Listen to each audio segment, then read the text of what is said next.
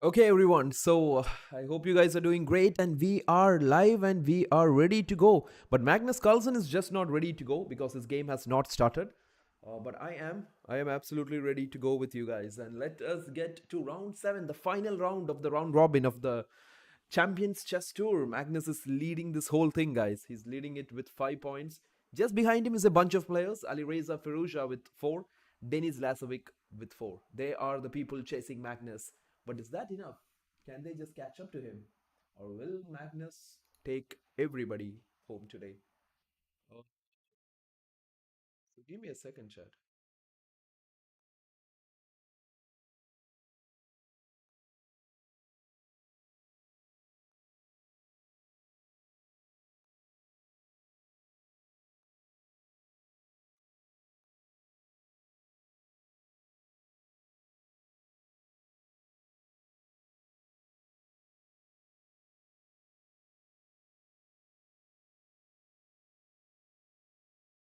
And there you go, chat.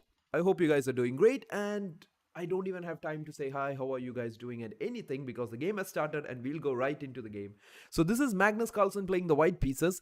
Denis Lazovic, who's been great throughout this finals of the Champions Chess Tour, decided to play the Sicilian against Magnus. He goes knight f3, knight c6, bishop b5. Let's see how the youngster takes on Magnus and the experience that Magnus throws at him. This is going to be very exciting, guys. Denis Lazovic versus Magnus Carlsen. Bishop b5. Magnus goes for his typical Rossolimo ideas, but Denis Lazovic, he just goes with the e6 variation. So takes, and I think Magnus will just castle d3. Oh, b3. He wants to go this way, put all the pawns on the light square because he have just traded the light square bishops. I hope you guys can hear me well because I'm really trying so, but I hope you guys can hear me. I'm just about to get the chat because without the chat, no streams. Yeah. Let me get the chat in. Okay, so nobody is in the chat, I guess. But that's okay. That's all good, chat. Yep. So, anybody, if you're watching it from anywhere in this world, I hope you're doing well, man. So anyways, coming back to the game, he plays f6 here. I think Lazovic is kind of well prepared against Magnus. I think he knows he's playing Magnus today, and he has just looked at some of his lines, guys. He knows the Rossolimo was coming, and he's like, okay, Magnus, I've got this against you. Maybe he's trying to build this wall against Magnus, like just to neutralize this bishop that Magnus is going to put there. But you never know, guys. Magnus might even go with bishop a3 here, put pressure on the c5 pawn. Because this is a doubled pawn. He could go d3, the knight could come in, this bishop could go here, the knight could even go this way and put pressure on c5. So there's different ways that this could actually happen, but nonetheless, guys, this is the finals of the Champions Chess Tour happening live at Oslo, Norway. So knight at 6 being played. What's the plan? Knight g4 is not doing much. I think the plan is simple. The knight wants to come to f7. So Lazovic kind of creating positions that is quite tricky to navigate through. He's trying to take Magnus through the years and years of experience Magnus has in these kind of positions. Good for him, chat. If this works, good for Lazovic. So he goes knight at 6, Magnus still waiting to make his move. So it's either do or die for these guys right now because Magnus Carlsen has already qualified for the knockouts here today. So c3 being played. So he goes with the pawn c3 move. I think bishop, just waiting to see how Lazovic is going to develop the bishop. But Magnus is saying that if you're going to take time with your development on this side, let me strike in the center. Let me create problems for you in the center. And he just goes with the move c3. I think he's going to follow it up with the move d4. Yep, he's going to follow up d4, guys. Magnus wants to create problems in the center. By the time Lazovic takes his time, get the bishop out, get himself castled, this will be quite interesting. Not a very usual place you see the knight, do you? Knight at 6, knight f7. But it is very common. It is an idea that happens in these kind of variations in the openings here. So anyways, everyone, I hope you guys are doing great. And this is the final round of the round robin system of the Champions Chess Tour. After this, there will be a survival stage, which will be the next phase of it. And we are walking right into the knockouts and the finals coming after that. So here we go. So knight comes to f7. Magnus just taking his time. So basically, guys, this is only adrenaline chess right now because this is not long games. This is just 10 minutes plus 2 seconds for every guy. So you guys don't have to wait for hours to see what is going to happen. You will see the result within like 10 to 20 minutes, every 10-20 minutes. So Magnus goes d4, thing we called it. He wants to hit in the center. Lazovic could be taking it, I guess. Like takes, get rid of the double pawns, right? You don't want to sit here and play with the double pawn. He might be taking on d4. He might hit d5 himself. He might be like, okay, let me take the center. It's quite an interesting position here, guys. Even though starting it out with the Sicilian, it started out with the Rossolimo, it goes into some interesting structures here. I would love to see how these guys are going to deal with these pawn structures. This is going to be fun to watch. And as I always say, this is a win-win situation for you and me because we're going to learn a lot and I hope you guys stay here while we do so. So d4 being played and Lazovic just takes it. The pawn takes back. Good looking center for Magnus. He would love to develop his pieces around it. Bishop b2, knight d2, knight c4, rook e1, queen e2, next rook to c1 or d1. So easy developments. Yep, Magnus. Isn't it? Yeah, so this is a different kind of a game that you're gonna watch, guys. This is not like the day-to-day long classical matches that we are gonna see. You're gonna see Magnus do some crazy stuff today because he's leading the tournament. He doesn't care. So he goes d5 here, hits in the center. Lazovic tries to break his center. He goes d5. He's like, takes, give me that open file. Wow, that's an interesting developing spot to put your bishop, even though that's a very nice place. It's looking down at your king side. Lazovic is playing some very creative chess. He's not too much going into the theories, nothing. He wants to get Magnus on the board, and he's like, okay, Magnus, let's have a brawl. Let's fight it out on the board. Let's not go into deep theories. Let's not go into battles where you have all the experience in the world. Let's just play some original positions that I'm trying to create. And Magnus says, you want original positions? Here comes my knight. And it's coming to c4 to hit that bishop who came down to d6.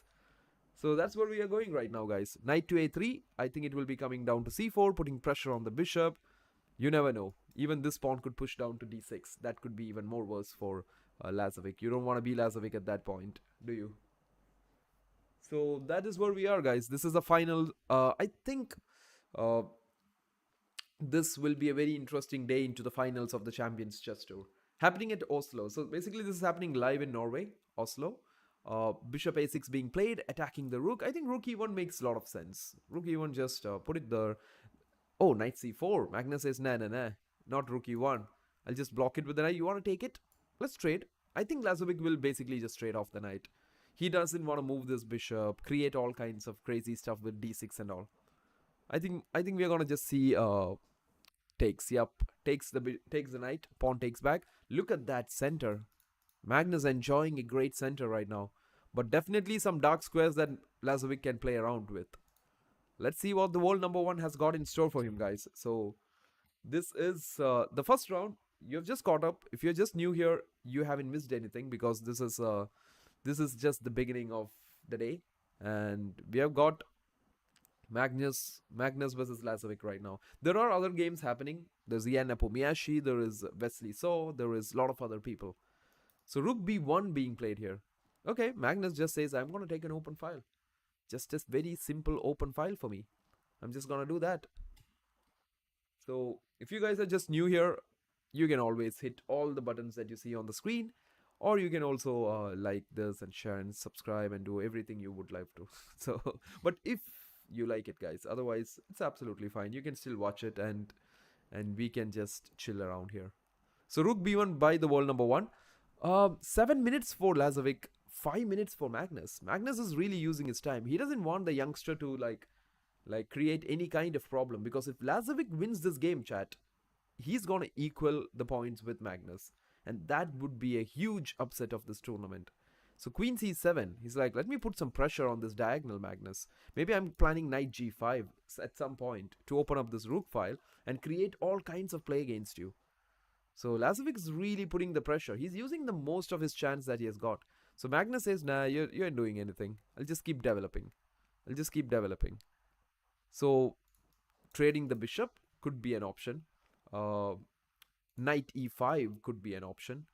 Knight G5. Knight G5 seems very creative for me. Like, even though you're sacrificing like a pawn which can't be taken immediately, you get this open rook file and all kinds of crazy stuff happening. But Lazovic says, no, no, no, you can't try that against Magnus.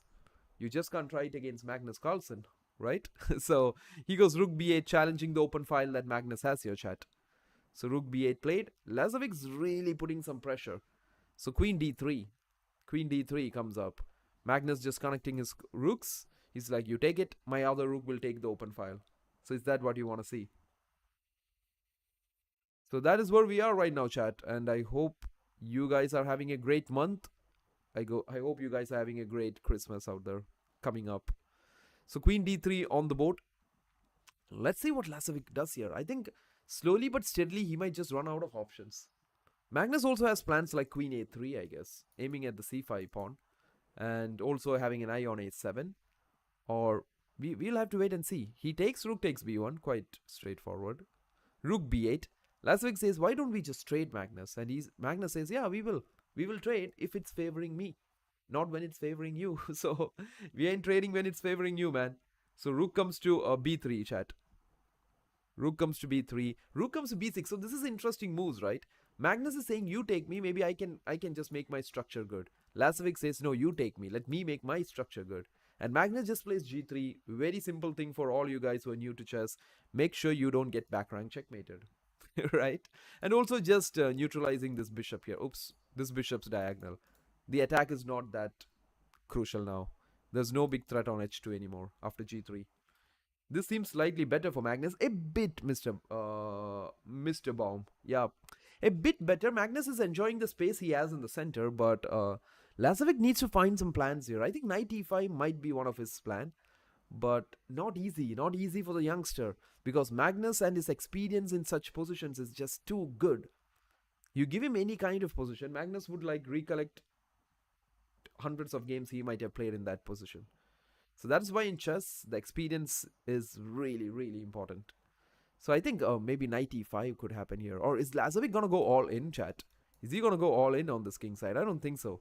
I don't think he's planning at all. So Denis Lazovic losing a lot of time here. He's down to 4 minutes 30 seconds while Magnus is enjoying the 5-minute lead right now. Like 5 minutes on the clock.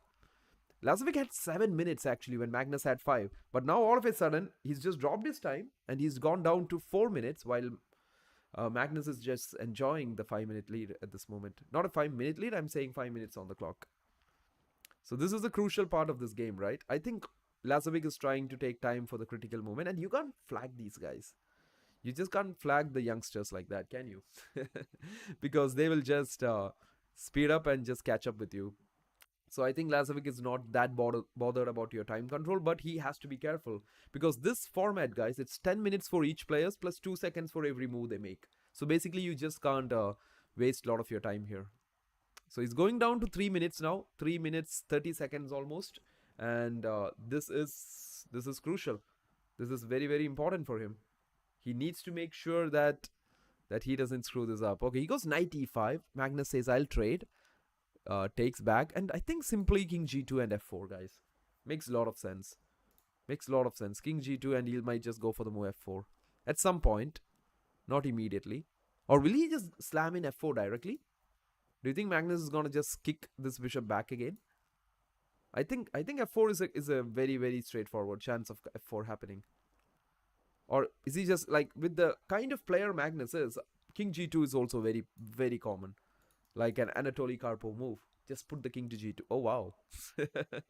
Just put king to g2, prophylaxis. Make sure your king is never on any kind of diagonals that's hurting you. And then you slowly improve the position. Because if more pieces are getting traded off here, guys, the endgame will favor if his king is more advanced.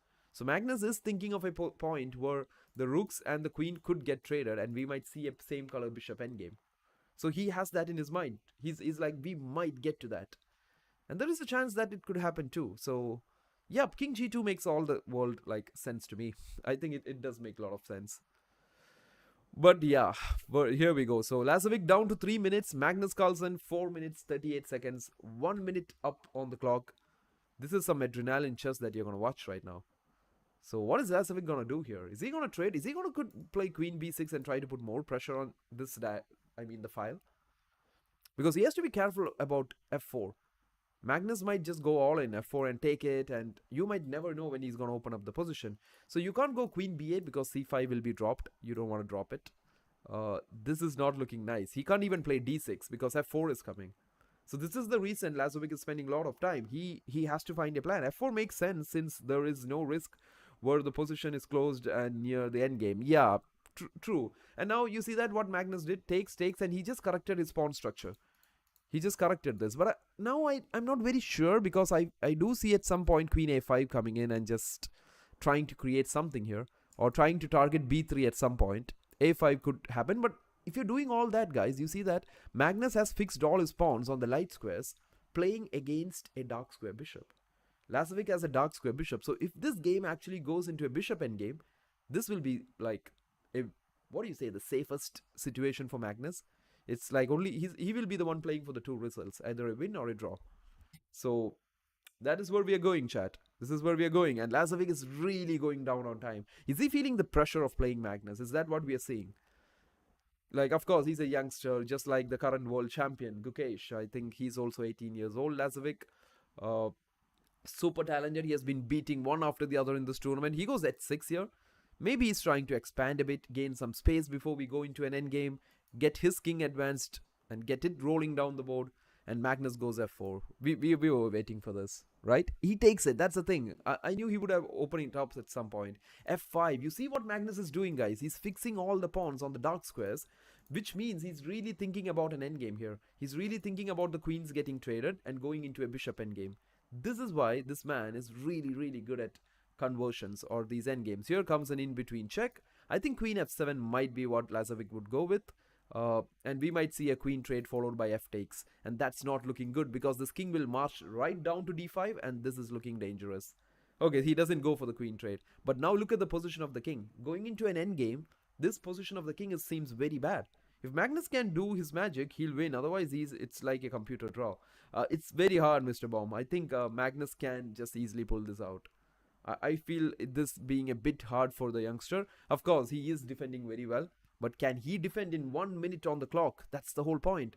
He has 1 minute on the clock while his opponent is the world number 1, the current reigning world rapid and blitz champion, Magnus Carlsen versus Denis Lazovic. Can the youngster hold him? This is going to be crucial. This is going to be fun. The last minute. Magnus have a 3-minute lead.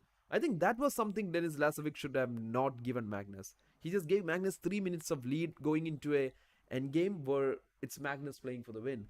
And I think Magnus is just thinking about the queen trades here. Like, how can he get that done? Because if that happens, chat, this is looking hard for the guy. Wow, look at this king. Is this king coming in for a walk? Is there a king walk? Are we seeing a classic, what do you say, the Nigel Short's king walk happening today? Is it king g4, king h5, king g6, and he's like, now what do you do? And then maybe queen f7. Look at that. If that is Magnus's plan, this is crazy, chat. This will be crazy. Trust me. Okay, Denis Lazovic says, no, I have to counterattack you. If I can't let you do that. I don't think queen e6 would be something Magnus would play, because that trade will make this pawn a bit too overextended. You don't want to have such an overextended pawn, do you? Bishop f4, yeah. So Magnus doesn't want to trade the queens here. I don't think so. Because then I think Denis Lazovic can hit here, get the king out. And it might be a bit hard. It might be a bit hard. I think now Lazovic is just creating like a shield for his king maybe. But it's still not possible. I mean, Magnus can't go king g4. Queen e2 check happens. Yeah, queen e2 happens directly. Isn't it? You just don't let Magnus get out of this. Like, he might even do that. So queen f7. What do you guys think about queen f7 here? Or is it just simply queen a8? Will this be the idea? But again, he does have this move of king g8. And you can't go here because of the perpetual checks. So Lazovic looking at a perpetual checks right now. But will Magnus let him get it? But seems like he has to. No. Oh wow, Magnus goes for the queen trade, chat. He does go for this queen trade. Lazovic can't give this check because Magnus will slide down to g2 and then there is no perpetual checks, right?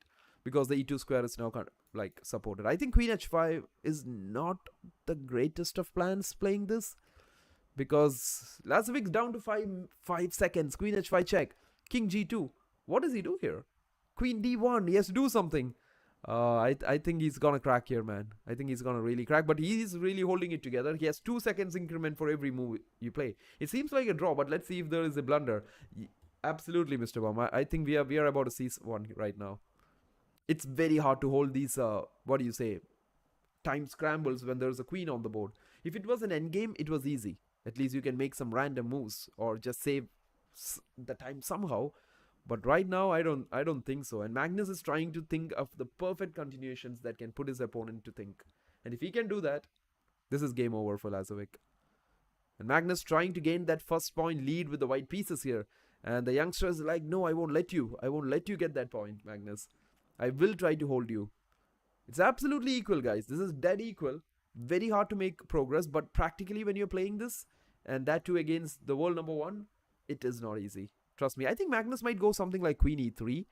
Trying to make a plan just to avoid this lot of unwanted checks here and stuff. So that he can just go back to h3. Seems quite interesting. What do you think, guys? What do you think, chat? Is Magnus gonna do his magic? Is he gonna convert this position out of nowhere? Denis Lazovic has 6 seconds on the clock. Magnus Carlsen has 1 minute 45 seconds. Can Magnus put his young opponent under pressure. On top of all the pressure, guys, you also have to face the pressure that you're playing Magnus. So that is the point where I think a lot of players just lose the game. They're like at the very end, oh, I'm just playing Magnus Carlsen right now. I hope it's not like that for Denis Lazovic. I hope he puts Magnus in trouble, because I would love to see how Magnus comes back in the next game and plays with the black pieces. Looking good here. So Lazovic is putting his pressure. Magnus goes queen f7. Check. Oh, did he just allow him to do the perpetuals? Oh no, there's no queen h5 check, right? Is there a few checks for Magnus here? But that just gives Lazovic free time. I don't think Magnus will give that random checks. Or will he give the check followed by... can we go bishop d6 here, chat? No, I think queen checks are coming. Yeah, I think Magnus might have to take the draw. Like, Lazovic just played good chess, man. This is really good chess by Lazovic.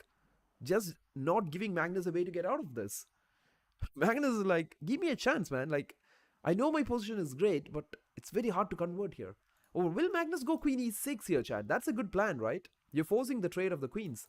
I think that's what Magnus is thinking, maybe. Is he really thinking of queen e6 here? Yeah, queen e6 is forcing the trade of the queens. I think that is practically the move that Magnus has to be thinking. Because you give me a check, I'll just go back here. Your bishop is still under attack here. Maybe Lazovic can go back. This could be the position, but I think Magnus will try queen e6. Yeah, there you go. There you go. Trade. Oh, he traded. Okay, king g4 maybe? Like, that's the first thing you have to do. Oh, g4. Magnus is trying to fix these pawns on g7, f6. He plays the move g5. Bishop b8 maybe. Get a tempo with the attack. And then get the king. Yeah, exactly. There you go. Oh, he gives up the pawn? That's interesting by Lazovic, because that's a good move, chat. That's a good move. Take this pawn. I will play f5 and I will get this e6 pawn, which he sees as a draw too. Yeah, that's a good one. That's a really good one by Lazovic. The guy just really did that. So he's going to play this now. Magnus can take it, but f4 will not be that comfortable for the world number one. So takes. He goes king f6. He's saying, you take that, I'll take this. Oh, wow. I think very good defense by Lazovic. Trust me, very good defense. King e3. Now, how does Magnus play this? Here. He will try to target this, chat. He will try to target at 6. It's not yet over. King e4. There you go. You're going to see some zugzwangs happening today. Here comes the bishop. Magnus is trying to put pressure. Bishop goes here. This way maybe? Yep, and this way. Yeah. And at the perfect moment, I think Magnus might break. Oh, Lazovic. b4. Here comes Magnus Carlsen. Here comes the endgame magic, chat. Here comes the endgame magic.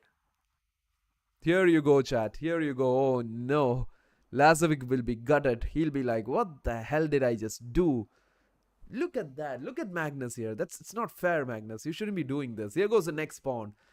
Lazovic would be like, what the hell, man? I just played such a good game, and this guy just took me down at the final moment. That one mistake, and it's all over, chat. Lazovic loses game number 1 to the world number 1. If you thought at some point this game was going into a draw, I'm really sorry, because I think the experience of watching Magnus Carlsen's game is pretty less than, isn't it?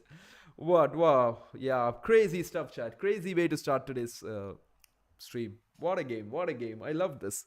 What an endgame by Magnus. The whole point was that he just allowed... So, it's very hard to see that, chat. Like, it's not easy. You see, the guy just played one normal bishop g7 move, and all of a sudden, here comes Magnus with b4. I think Lazovic's mistake was, I think he had to play bishop e7 here. You shouldn't allow b4 here. Because with b4, it's just crazy. This pass pawn will become a problem, and the king will find a way to enter. I think bishop e7. But yeah, of course, it's not easy at all. We can just say it sitting here like, oh, put bishop e7, stop b4. But no, never. It's so hard playing out there, chat. All credits to Lazovic. He played a great game. Just one mistake. That's enough when you play against Magnus. That's the problem. b4 takes it, and look at him targeting the next weakness on h6. Lazovic was just busted here. Because the problem here is that, chat, if you're thinking, why can't the king move somewhere? Then you immediately give the entry for your king. And that's not going to work. And that's just going to be bad for you, isn't it? So, wow, what a game. What a game. Let's see what happened in the other games. Ali Reza wins in Khamer, ends in a draw. Nepo Miyashi takes Levon Aronian down in game 1. So, that is good for Nepo. That looks good for Nepo, chat. Because he's another guy leading this event. Not leading. He's behind Magnus at 4 points, I guess. So, there's Nepo. There is Ali Reza. There is Denis Lazovic at 4 points.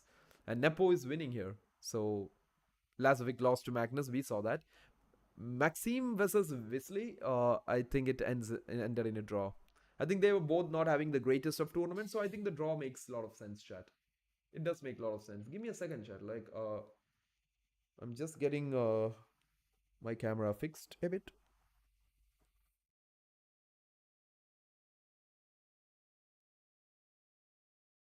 So do let me know if you have any questions in the chat regarding what is this tournament, what are you doing, what is this happening. Any questions, throw it in the chat.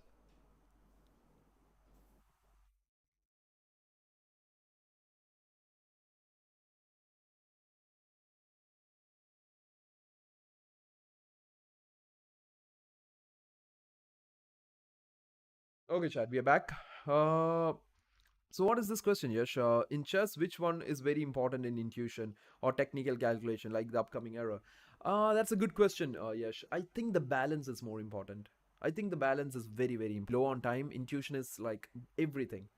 It's about everything, understanding what needs to be done. It's all about the feeling because time plays a big role in chess, right? Calculation at the same time, if you're playing a long classical game, calculation plays a big role. I think you have to have a mix of both, right? If you take, like for example, Gukesh, who just won the world championship, he's very good calculate. Like he's a great calculator, right? He can calculate big long lines and everything.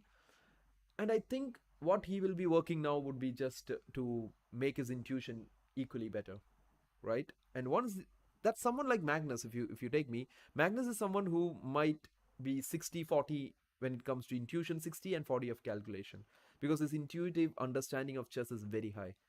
So going ahead, I think human chess needs a balance of both. You need to be balanced in both cases. Yep. That's where I think you should be. I think it's most important for the future will actually be another contextual understanding, have a broad positional and practical understanding, which falls into more intuition, I suppose.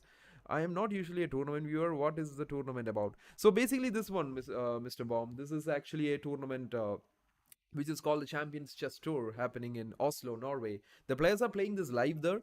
So this is like a finals of a lot of different tournaments that has happened throughout the year.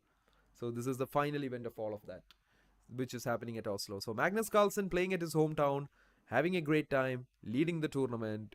He's now at 1 point lead ahead of Nepo, Denis Lazovic, and Alireza Firouzja. Rest of the field, Levon, Vincent Keimer, Maxime, they're all at 2 points. Wesley Saw is at 1 point. Like, he's not having the best of his tournaments, but not a problem. He's still an amazing player, right?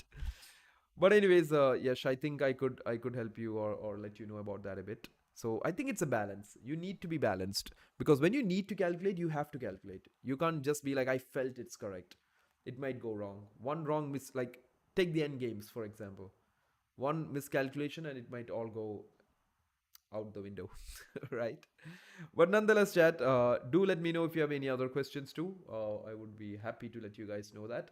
And you can also, in the meantime, hit that subscribe button if you want, because I think we are closing in on 3,000 and we will reach 3,000. I'm sure about that. But yeah, if today or maybe the next day, we will reach there. Has Magnus even lost a match? Yes, he has actually, Mr. Bomb. He out of 6, he has 5 points. So basically, he lost a game against Ali Reza. He lost a game where Ali Reza had, what do you say, 3 draws. Because in the tie break, Ali Reza got the black pieces and Magnus had to win with white. Because draw was enough for Ali Reza to win the match. So Magnus basically didn't lose the game. It's like he lost the match like that because it ended in a draw. So let's just have a quick look at the Levon Nepo match, guys. So e4, e5. Okay, it's back to Nepo with his Italian ideas. H3. Levon is an expert in this one too. Rook e1, and look at Levon. Okay, he's just coming in with his ideas. Levon is a very good player when it comes to preparing openings. He knows a lot of ideas in these things, but I think he went wrong with Queen e8, chat. I don't know where he was planning to bring it. G6 maybe, and just gave Nepo a simple move to just put all the pressure in the world on the e5 pawn. So he goes bishop f4 here.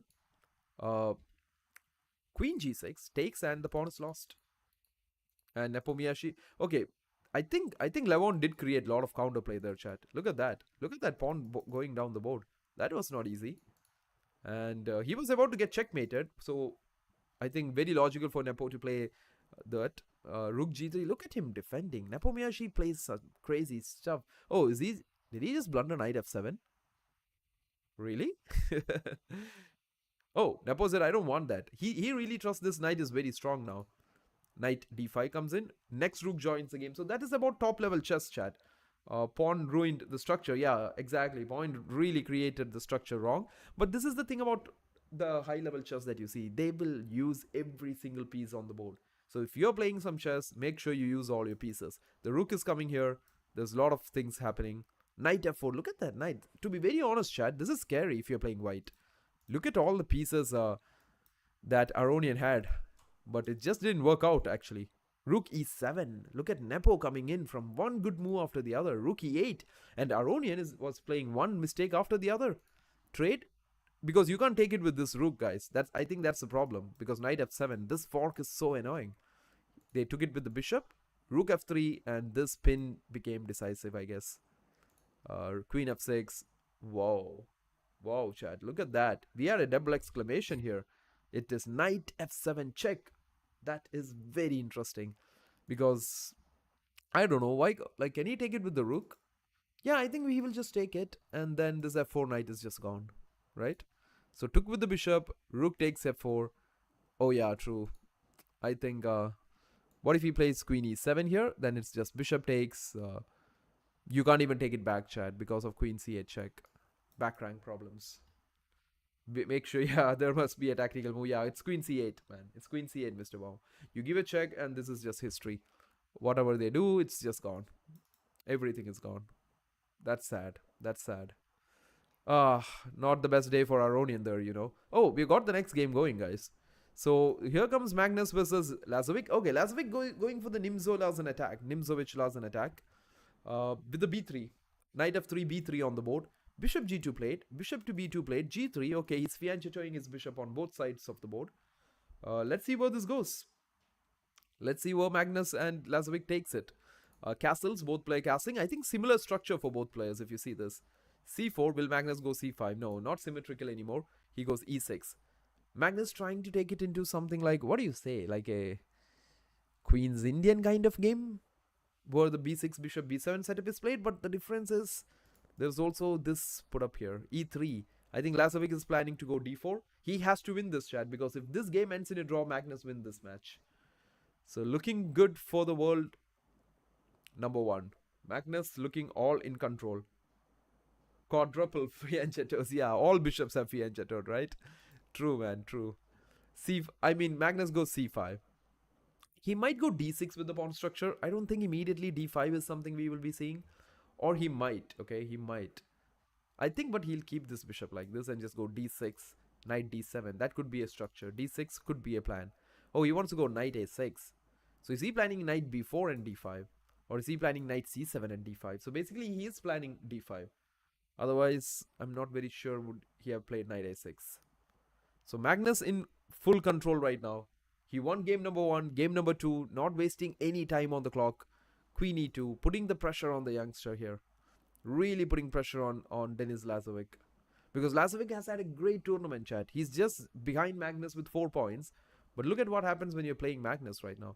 And he breaks d5. Yep, that was the plan. Otherwise, the knight would have never come to a6. So, rook d1. Is it going to be queen e7 or queen... Okay, yeah, it is queen e7. The plan is simple, chat. He's got to put both the rooks on these open files. And then maybe the knight to b4 or to c7. Oops. Yeah. Lot of arrows. But I hope you guys get what I'm trying to do there. So this is where we are. This is the final day of the Champions Chess Tour. I know you guys are somewhere watching this, or you guys are just enjoying your holidays somewhere. I hope you are enjoying it, because it is that time of the month where you should be having a lot of fun.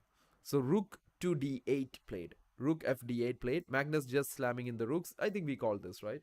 We knew this was happening. A lot of unreleased pressure here. Yeah, a lot of tension in the center, isn't it?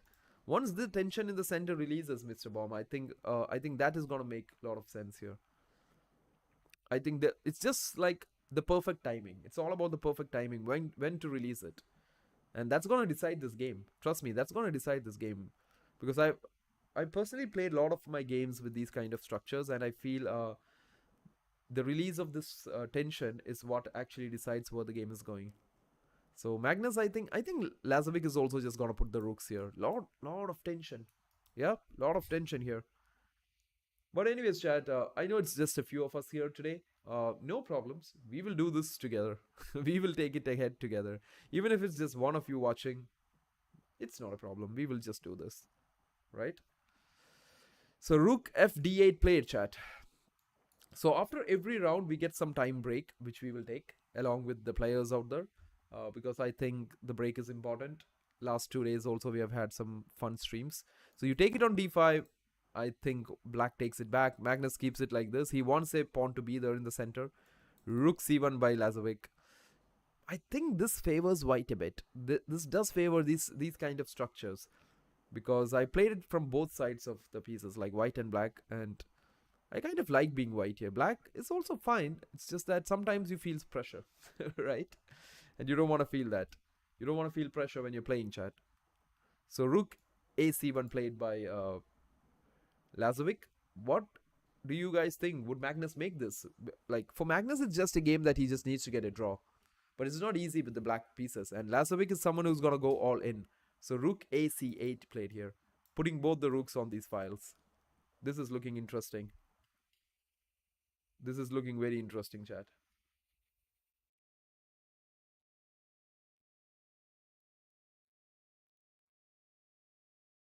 So Rook to C8, Rook C1. Let's see where this game is going. And if you guys are just new here, if you've just joined in, this is the, what do you say? This is the Champions Chess Tour finals, everyone. This is the Champions Chess Tour final, and a very interesting bishop h3. This is a very strong move in these kind of positions. The bishop controls the very important, or the all important square. How to make progress with white here. It might not be so easy. It is true. I think at some point this knight will also be coming to e5 if the bishop was here, actually. But bishop h3 is one of those ways here. Bishop h3. I think he might also go knight a4 and put some pressure on this c5 pawn. He might even consider taking on c5, Mr. Bomb, and making it, what do you say, hanging pawns. He'll play against these hanging pawns. That's also possible. But it's not easy. Not easy for both players here. So Lazovic is trying to find the perfect moment to play maybe d takes c5 or knight a4. Wow, Magnus just had to go all the way back. Wow, that is not easy. Oh, is like, and the funny thing is Lazovic can't even repeat, because if the game ends in a draw, Magnus wins the match. Magnus would be like, "Oh, thank you so much, man. I win the match." So that is not going to be exciting for Lazovic at all.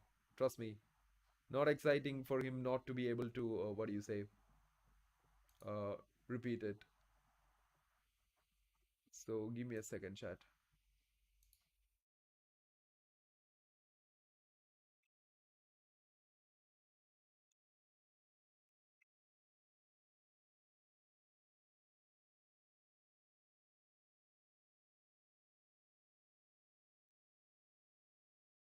Okay, we are back.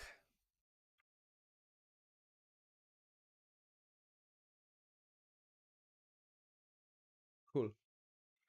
So bishop h3 played, and the rook just goes back to a8. The rook just drops back to a8. Let's see where this is going now. I don't think he'll drop back for sure. Uh, Knight a4 and putting pressure a bit here does make a bit of sense, but I'm not very sure about it. It is a lot of positional ideas here. I don't think knight e5 does make a lot of sense without the bishop being on g2. Like putting pressure on d5 was another idea here. But let's see what Lazovic has here. He has experience playing these kind of positions a lot. Let's see how he plays against Magnus here. And he is using up a lot of his time. And that is not good when you have to win this game. You must win this. And one good way of putting Magnus Carlsen in pressure is putting him under time pressure.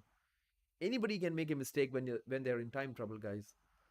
How strong you are, you will make a mistake, or there will be an error when you're playing under time trouble. So that is something you can trust upon while you're playing these games. But anyways, chat, I hope you guys are all good, whoever is joining in at the moment.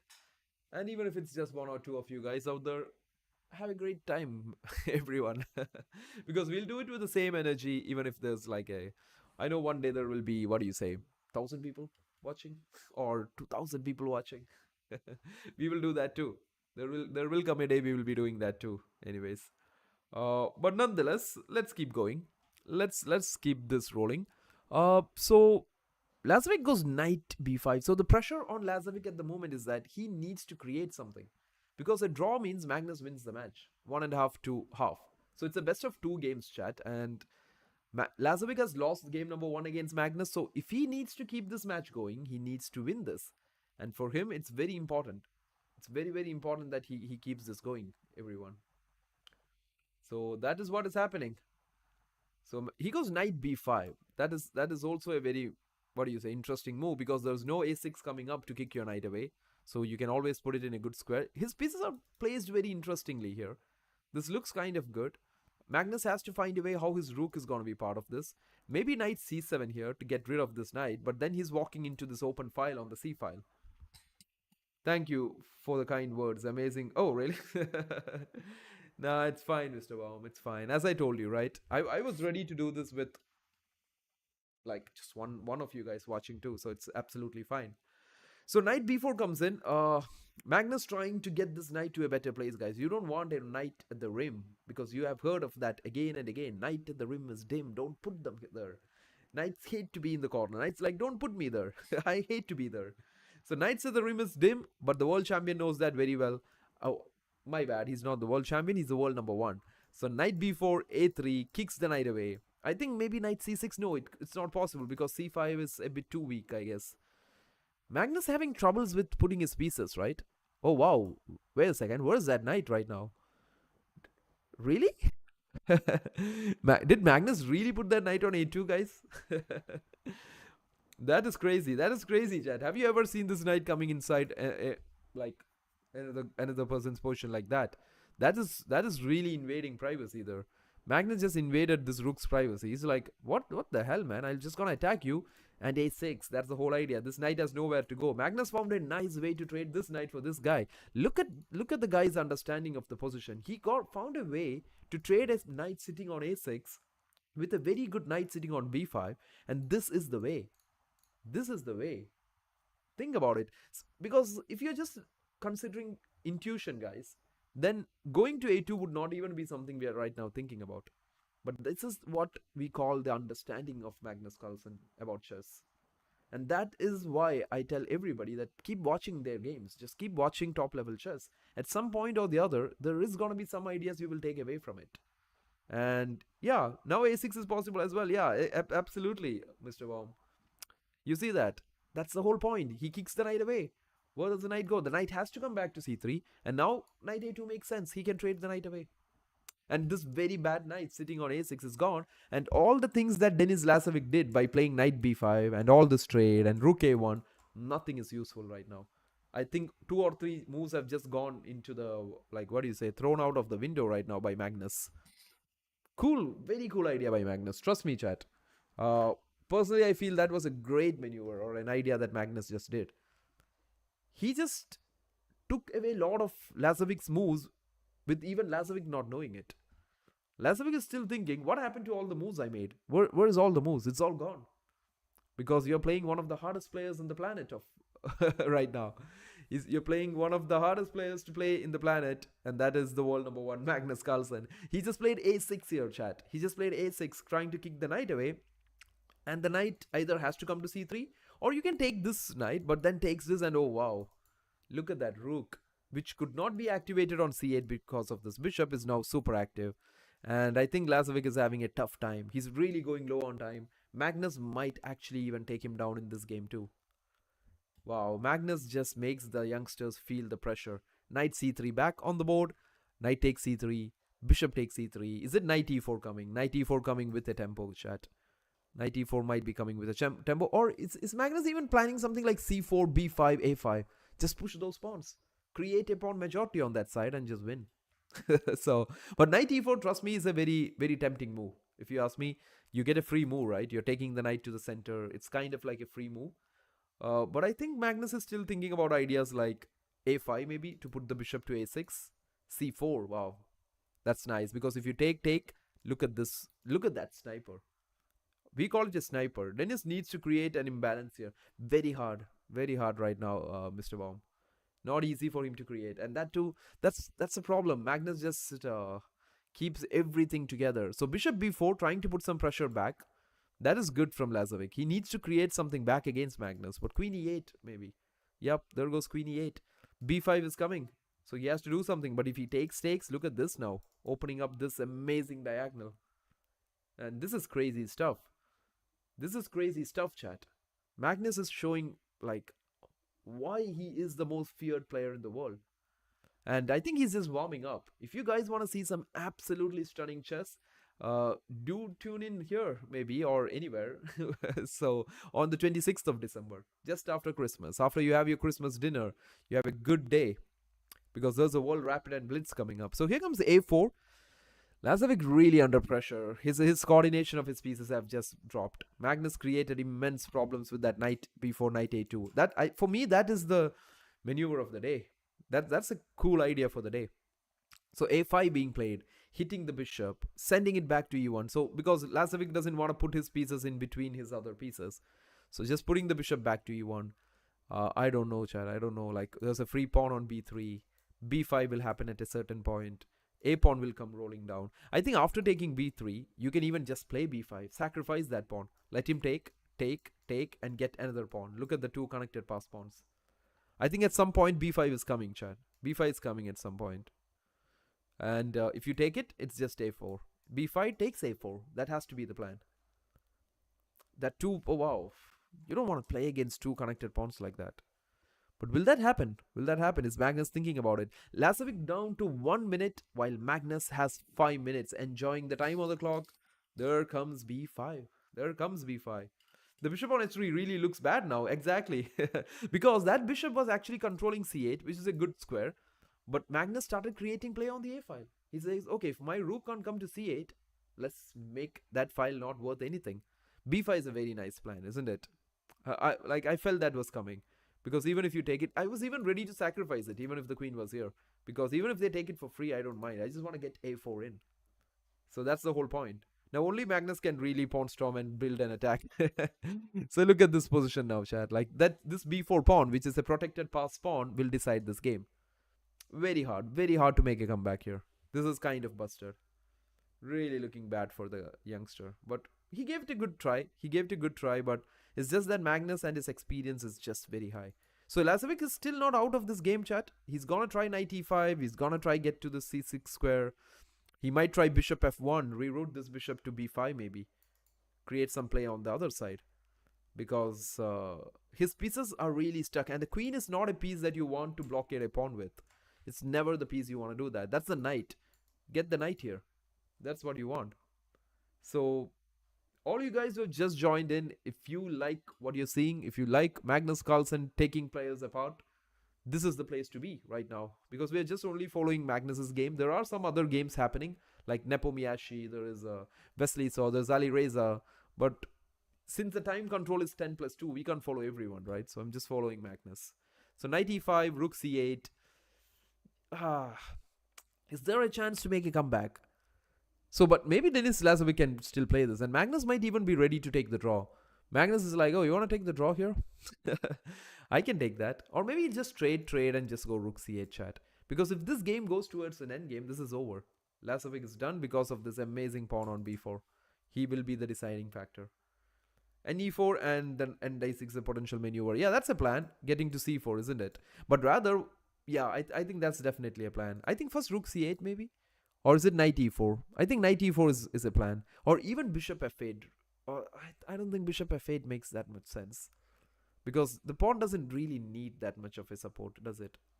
Knight e4 does make sense, chat. Knight d6, knight c4. That's good. That's the kind of maneuver you want to see. Or maybe rook c8. Magnus might be like, let's trade more pieces, man. Let's get the rooks out of the game. Because the more pieces going out, the worse it's gonna get for you. Okay, knight e4 on the board. You should be happy, Mr. Bomb. Like, I tell this to all players who are watching. Any one of you guys who are watching right now. If you're watching, just also try to guess the moves the opponent or Magnus is gonna play. Always keep in guess. Like, okay, I feel this is gonna happen. This move. And if it happens, be happy. Because you're able to understand or guess moves that's being played at the highest level. That's a very nice way of improving your chess. And trust me, I really love doing that. So, anyways, chat, I hope you guys also do that while watching because that is really exciting to do and improve your chess. Keep guessing what might happen. Okay, knight c6 by Lazovic. He wants to create something on the rook. Not easy, not easy at all. Needs to find something very important here. Is rook okay? I think there could be an in-between move before saving the rook. You can play bishop c4, hit the queen away, and then save the rook. Possible. So these are called in-between moves, guys. Before you save something, you can attack a bigger piece here. But is Lazovic gonna play rook takes c4? Is that possible? D takes c4, queen takes c4. He has to try something like this, and just trust on his bishop and knight and everybody else, because there's no other way. Okay, we have got some moves, guys. Bishop c4, rook takes c4. Yeah, there we go. D takes c4. They have heard us. Rook a8, bishop g2. Oh, is Magnus slowly tilting here? Is Magnus just taking it a bit too easy here? Because right now I love this bishop. I actually love that bishop and knight. The only thing I hate for Lazovic is this bishop, because it's not able to do anything, right? But if the a5 pawn falls, chat, then b4 is really vulnerable, and that is going to be very bad for Magnus Carlsen. Magnus has dropped some of the games like this earlier in this tournament. Yesterday and day before yesterday, we have watched it. That some amazing positions have gone down for Magnus. So I think the man is just trying to make this a hardcore mode. He wants to lose this game and maybe go into a tiebreak and then win. I don't know, chat. Here's the imbalance that was needed. Yeah, exactly, Mr. Baum. Exactly. This is the imbalance like Dennis really needed. And I think he got this. Now he has to hold on to this. This is what he really has to hold on to. Here comes the king back to h8. Queen d5. What did he miss here? But we don't have time to see what did he miss because Denis Lazovic is down to 5 seconds.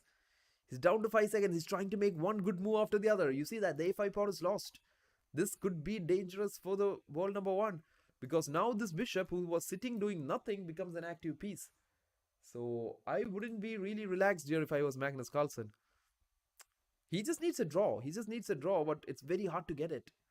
And you're playing with someone who has nothing to lose. So Denis Lazovic is going to play all in right now.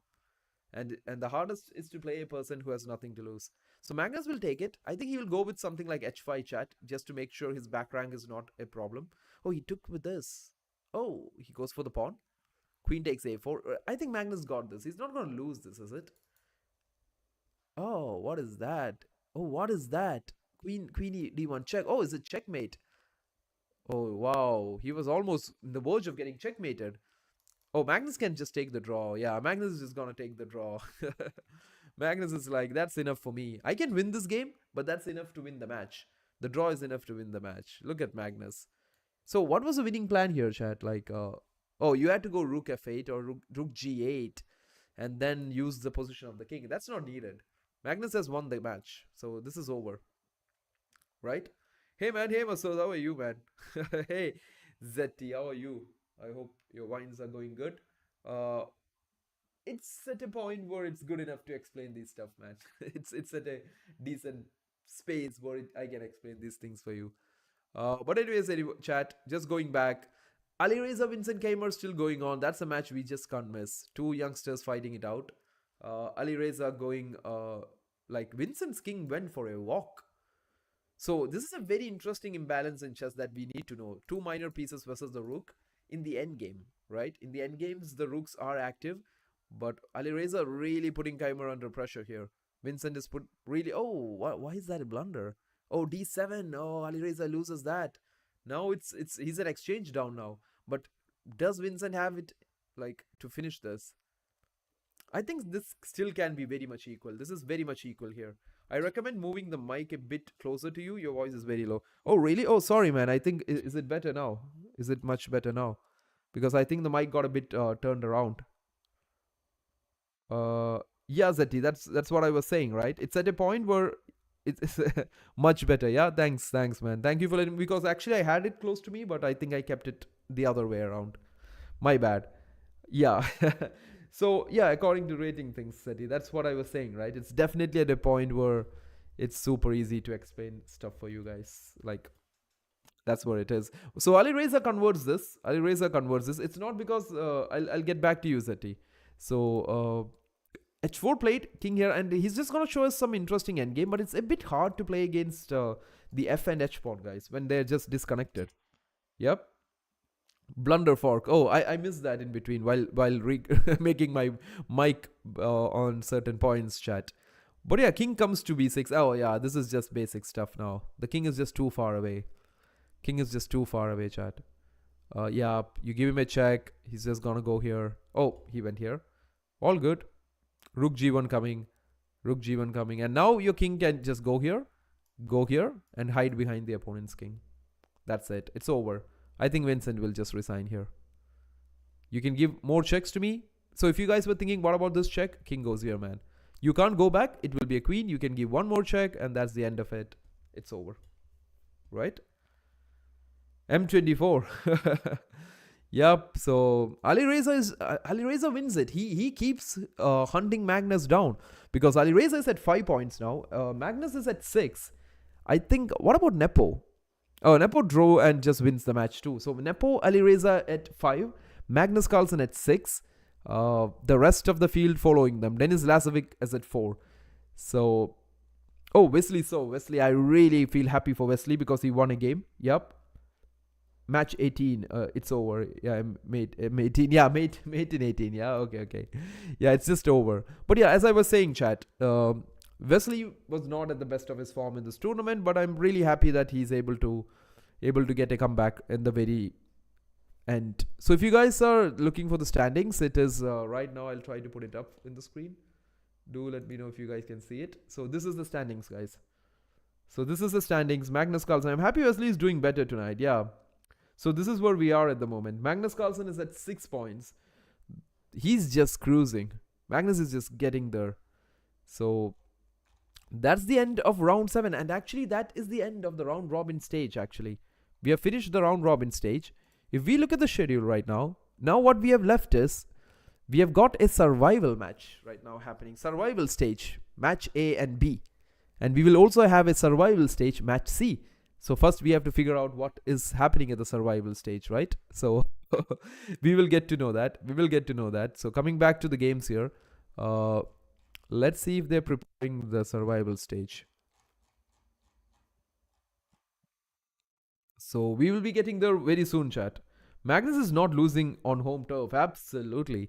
You're not coming to Norway. You're not coming to Oslo and just beating the home boy. Like, that's not happening, chat. That's definitely not happening. It's something very hard to make it happen, right? So you ain't getting Magnus out. You ain't getting Magnus out, chat. So give me a second, everyone. We will be back soon because round 7 has entered. We will be back as soon as the survival stage starts, and I will explain exactly what happens there, and we will see how it goes. We'll also see how Nepo's game didn't happen much. We'll just quickly see this game against Wesley. I'll just remove the standings now. And yep, there we go. And I think that is good. Yep. So this is Wesley versus Maxime. So Maxime just tilting after his loss against Magnus. So, oh, that's a nice Grunfeld that we have. E3, knight f3, a4, a5, castling, queen c2, all basic stuff for these guys. Bishop here, e4, rook takes b6. Wow, that has to be some preparation here. Wesley just unleashed some preparation. That was crazy. He got that hometown advantage. Yep, that's absolutely true, Masood. He really has got that. Rook takes b6 here, chat. Takes d5. So this is some interesting chess, actually. He just sacrificed an exchange. This is like really interesting. Bishop a4 happens. Did he take my pawn? He did. Oh, he sacrificed back a pawn. Wow, that was a nice idea, chat. Like, I don't know. If you had taken it with the queen, I feel it's bad for you because the trade, and you lose the c3 pawn. Now this looks good. Oh, you don't lose the c3 pawn. Okay, sorry, b5 first. Yeah, b5 first. Support everything. Send the rook back maybe. Rook can go to a3 and then b4. Look at these things coming down the board. Wow, that would have been crazy. But Wesley, I think, was really prepared for this. He knows what is happening in this line. So Maxime took a4. Rook takes a4. b5. Rook comes back. Now, how many pieces is he down? Okay, he's like, Maxime has two a rook for 2 minor pieces, doesn't he? Opponent thought I was cheating, but he didn't know that Grunfeld and he didn't know the Grunfeld and made all wrong moves. I played 97 accuracy Grunfeld. That's cool. That's cool. Were you like? Did you play against it, or did you play as? Did you play as black? So b4 comes in, takes. Wow, look at the Grunfeld coming in. Look at these pawns coming in. But he did get the c4 pawn. So if you actually think about this position, guys, like black is playing well. Knight e5, queen c8, rook takes, pawn takes, queen a2. Oh, really? Oh, that's a big blunder by Maxim. He says put the queen to help this, and oh, that is sad for Maxim. That's sad for Maxim. He should have just okay. See, guys, but taking this knight is like really counterintuitive, right? You just don't do that. You just don't give this amazing bishop down. Maybe queen a8 trying to help it, but queen c5 was just a big blunder. Knight d7, and Wesley is like, oh, thank you so much, man. I'm up a piece now, but it would have been hard with these 2 pawns coming down the board. But just not the day for Maxim. Wesley just... Oh, wow. It's really commendable that Wesley had actually stopped these 2 guys just like this. But now he just makes it work. Look at this now. Yep, there you go. And he wins it. What a win. Oh, you wanna play? Maybe soon, City. You know why? Later on we will play. I think after the World Rapid and Blitz, we will keep some game sessions. I'm even planning to keep some amazing closed sessions, working out on some amazing books out there, like some training sessions and stuff like that together with you guys, which would be amazing. Like we are bringing in a lot of fun stuff this 2025, right? I know I'm just like a very newcomer if you guys might look into this space of streaming here, but we know what to do. Right, we know how to get it there. So anyways, chat, but one more thing, if you guys want to catch up at any point on Instagram or anywhere with some pre-recorded stuff, you can always catch me up on Instagram. The ID is the same, theonechess. So yeah, just letting you know. Maybe some unrated tournaments, lot of such things, man. Like I think we'll do some quick sessions and just fun some problem solving sessions and fun stuff like that together. That would be really fun. But we'll do some interesting tournaments also, okay? So anyways, you guys keep waiting. We will be back in a moment with the next round coming in very soon. So I'll take a stretch, I'll take some water, get some fruits for myself, and then be back immediately. So go nowhere. We still have a lot of action coming up today. So be right here back. There you go. But do let me know anything you want to ask in the chat, guys. I will be reading the chat though.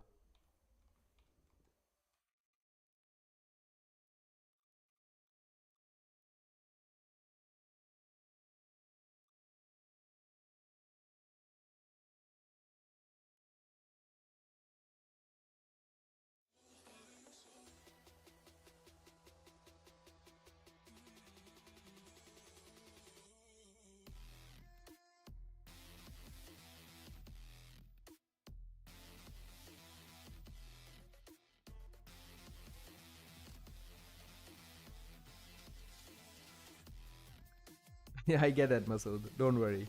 We'll keep it unrated.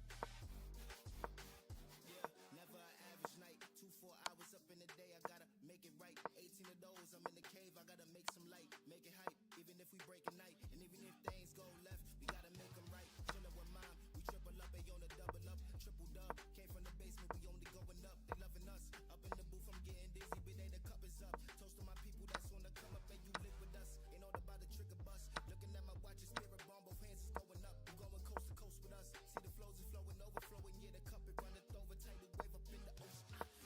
We gon' turn the crib into a club like Hennessy and Buddha screaming thug life. Get it, baby, you know I'm the plug, right? But I got a feeling that it's gonna be a long night.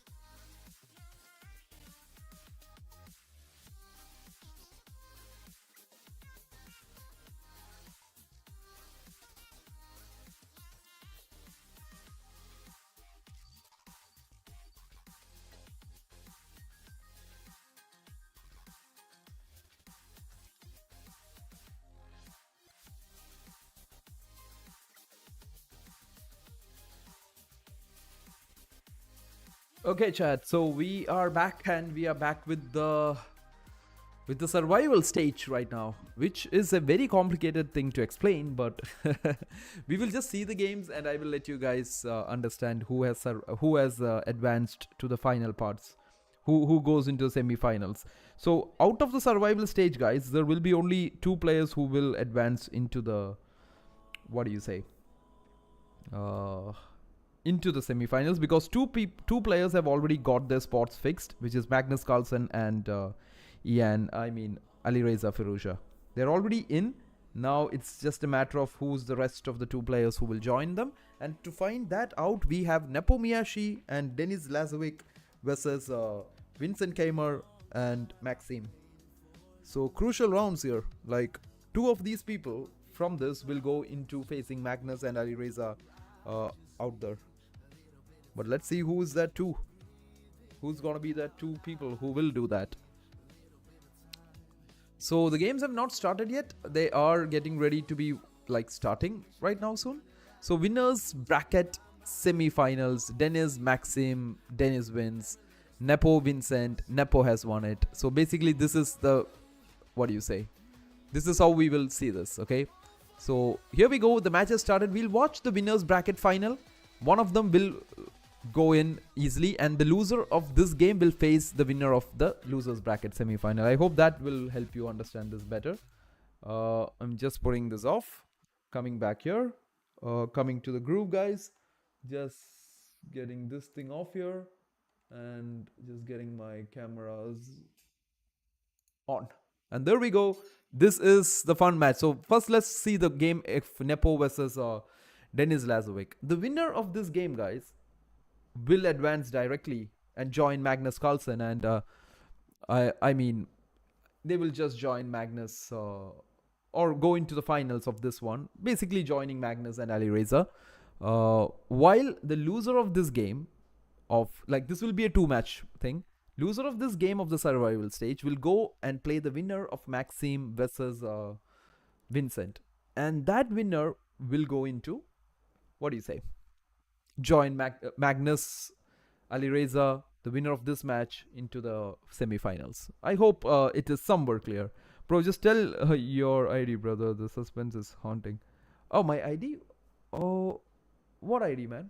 Like, I don't get it. So, but anyways, coming back. So we are seeing e4. Nepo goes for his favorite lines. Rosolimo against Denis Lazovic. Can Lazovic hold on to this? Like, he has to somehow win the survival stage match. Why are we not following Magnus's game? It's because there is no Magnus game right now, because Magnus has already qualified into the top two, and Magnus and Alireza is sitting there comfortably. They have already qualified for the semis. It's now to decide who are the other two players who will join them. So right now, chat, we do have two players, that is Nepo versus Denis Lazovic happening. The winner will also be joining Magnus and Alireza in the top four, will be the third person. So this is a best out of two games, just like what we have been watching. So it's kind of different, actually. Like, we are finally talking about a game other than Magnus's game. So I was just getting used to like doing the Magnus game, but that's okay. That's kind of okay. So Rook C1 played, guys. Just letting Denis take it. So will Lazovic take it and try to go for this kind of an endgame, giving Nepo the double bishops, which would be not that easy? Or will Lazovic just put some positional ideas here? I think he does have ideas like putting this bishop back, like offering a trade. For example, guys, if someone does this, this is not looking that good for you. Your dark squares looks a bit weak, and you don't want to have that many weak dark squares, do you? Oh wow, Lazovic goes for rook fd8, and it's a blunder. Why would that be? Oh, second bishop g5. Can you believe that bishop g5 was missed, guys? Nepo just played a3. Bishop goes to c5. b4. Bishop takes, queen takes, and the game is equal. Wow, can you believe that at this level, they could also miss this move like bishop g5? You get a rook now. What a blunder. What a blunder by Lazovic. And Nepo didn't see that. That's going to be haunting Nepo. If he loses this game, that's going to really haunt him. Didn't Denis beat Ian yesterday? I'm not very sure, because even if they've beaten each other, this is now, we're finally into a survival stage to decide the third and fourth position, I mean. So what happens with that is these two players will face off. This is Dennis versus Ian. The winner of this set of best of two games will qualify along with Magnus, Alireza, and one of them. And the loser will go down to play the winner of Maxim and Vincent Keimer. And that winner will join these guys. So basically, the loser of this game still has one more chance, basically, to get to the final, like semi-finals. And the other one is a knockout. The other one is a definite knockout. So let's see where this goes, chat. This is exciting stuff because there's no Magnus Carlsen here. So Queen f4, very simple stuff, guys. If you trade, he takes it. He gets full control of these dark squares. So Dennis really trying to put pressure on Nepo here. But this was a big miss for Nepo. Look at this. Dennis Lazovic had actually played this move rook d8, bishop g5, and it was like curtains. There goes an exchange out of nowhere. But Nepo Miyashi actually, yeah, skewer. What? Wow, at this level. And the same guy, Nepo, was criticizing world championship matches. That is true, right? So that's the thing. Sometimes what goes around comes around, isn't it? But that's the thing, guys. Like, you just have to understand that in chess, at every level, there is mistakes that happen. So before we criticize or before we say anything about anyone, be careful. Because it might happen to you one day. But okay, the queen's traded, bishop comes to f1, g5. So basically, Lazovic is trying to hold himself together on the dark squares. The dark squares is where he has control. Nepo trying to maybe kick this knight away at some point, using the king. Look at the position of the kings. The kings become very important, right? What an irony. True. That is definitely true, man. And the fun thing I've seen about this event, so basically, if you guys are just new here, this is the Champions Chess Tour happening in Oslo, Norway, live. Okay, so one fun thing is that they give a lot of time in between these games. I really had so much fun doing the World Championship. Even though I thought it was like really long hours, there was a lot of time. Ding used to give everybody long time to relax and stuff, but it was fun. It was real fun, guys. Like, trust me. And the next real fun thing that is going to happen will be on December 26th. That is the World Rapid and Blitz. We will have a lot of fun there. There will be all superstars, chess players from all over the world, and we'll be having a lot of fun watching that. So King Walk incoming, like Nigel versus Tim and game. Maybe yeah. In that it was basically to checkmate, right? But this is like more standard stuff. You have to bring the king in. So I think Nepo is going for an interesting idea of just putting the knight to d4 here, rerouting that knight, and trying to create more ideas from here. Nepo is really struggling only with this bishop. Like the moment this bishop comes up strong, it's all good for Nepo right now. But anyways, chat, if you guys have any questions, like why are you analyzing a game like out of nowhere? What is this game? Who is playing it? What tournament is this? If you have any such questions, do let me know, chat. Do let me know. I would love to take it ahead with you guys. But anyways, knight d4 played, everyone. Knight d4 played, h5 comes in. Look at that. Pawn comes to h5. And this is exciting stuff now. We'll see a very interesting endgame idea here. And Nepo might want to win this game because he doesn't want to keep it late. If he loses it, he still has a chance, but you never know, right? And the fun thing is that, guys, after the game survival stage is over, the most interesting part is Magnus gets to pick his opponent. Because he finished first, he can pick the opponent he want to play. And I don't know who is he going to pick. Is he going to pick Alireza? Is he going to pick Nepo Miyashi? Is he going to pick Dennis Lazovic if he qualifies, that is? I wish Dennis qualifies. He played a very good game in this whole tournament. Magnus versus Arjun gonna be crazy in the Rapid Blitz Championship. Every game is gonna be crazy there, man. Every single game is gonna be crazy. So this is Dennis Lazovic versus Nepo Miyashi that we are watching right now, chat. 10 minutes plus 2 seconds. That's the time control. This is some fun chess. And yeah, Rook d3 played on the board. I think Nepo is trying to build up on this open d file, right? Open d file. And just create some play here. Maybe trade at the perfect moment. Or just put more pressure onto Lazovic. Nepo knows how to play these stuff, you know. He's very good at these things. I think he's going to go Rook d1, Knight b3, c5. And things like that. So Dennis Lazovic has to find some ways to create bit of space here. Because he is really lacking space. This is really suffocating here. You don't want to be sitting like this here, do you? Look at this, chat. Look at this. This is not where you want to be at. So, not the best of situations for Lazovic playing the black pieces, but of course, still playable. Still definitely playable, if you ask me. So that is where we are. Nepo Miyashi versus Denis Lazovic. And I know, like, you guys might not have favorites here, but if you really want to improve your chess, do watch all these games, guys, because you will get a lot of ideas from them. So Rook C8. Okay, so Nepo was actually not planning to double up on this file. He wants to go here, and maybe he's like aiming for a break at the perfect moment here. He has to find that break, or is it G3 F4 that he can try? Because if this bishop is not part of this, it's not going to be really nice now. Right now, the bishop is inside the pawn chain. And I think Nepo is aiming at a c5 break. Maybe after knight b3, chat. Knight b3, c5 could be an option here. So that is what is happening. That is what we are, where we are. So at any point, if you like the stream, you guys can subscribe and do everything. We are closing in on 3,000, which we will. And I know there are just few of you guys out there right now, but don't worry. We still have the very same energy. Even if it's one person, we do it the same way, chat. We do it the same way. So knight b3, I think that's something Nepo might be thinking about. d6, played. He's just taking his time. He has 6 minutes on the clock. Denis Lazovic has 5 minutes. So Nepo has got his time. He can take his time and think, and then find out what he wants to do here. Just in the meantime, I just wanted to check as the other game started. Like, yeah. So basically, we also have Vincent Keimer versus Maxime happening on the other side. Okay, so I think so. This is basically a knockout thing between them. So we will go back to Nepo and Lazovic because that's what we have been following. Just to let you know that there's two games happening right now: Nepo versus Denis Lazovic, and Vincent Keimer versus Maxime Vachiv-Lagrave. So will Maxime be able to make a comeback and join the semifinals and actually go on to win it? That would be amazing. He's getting a final chance here. Both Maxime and Vincent has got a final chance. So G3 played, chat. I think we had called G3, right? We wanted to play F4, kick the knight away from this amazing square on E5.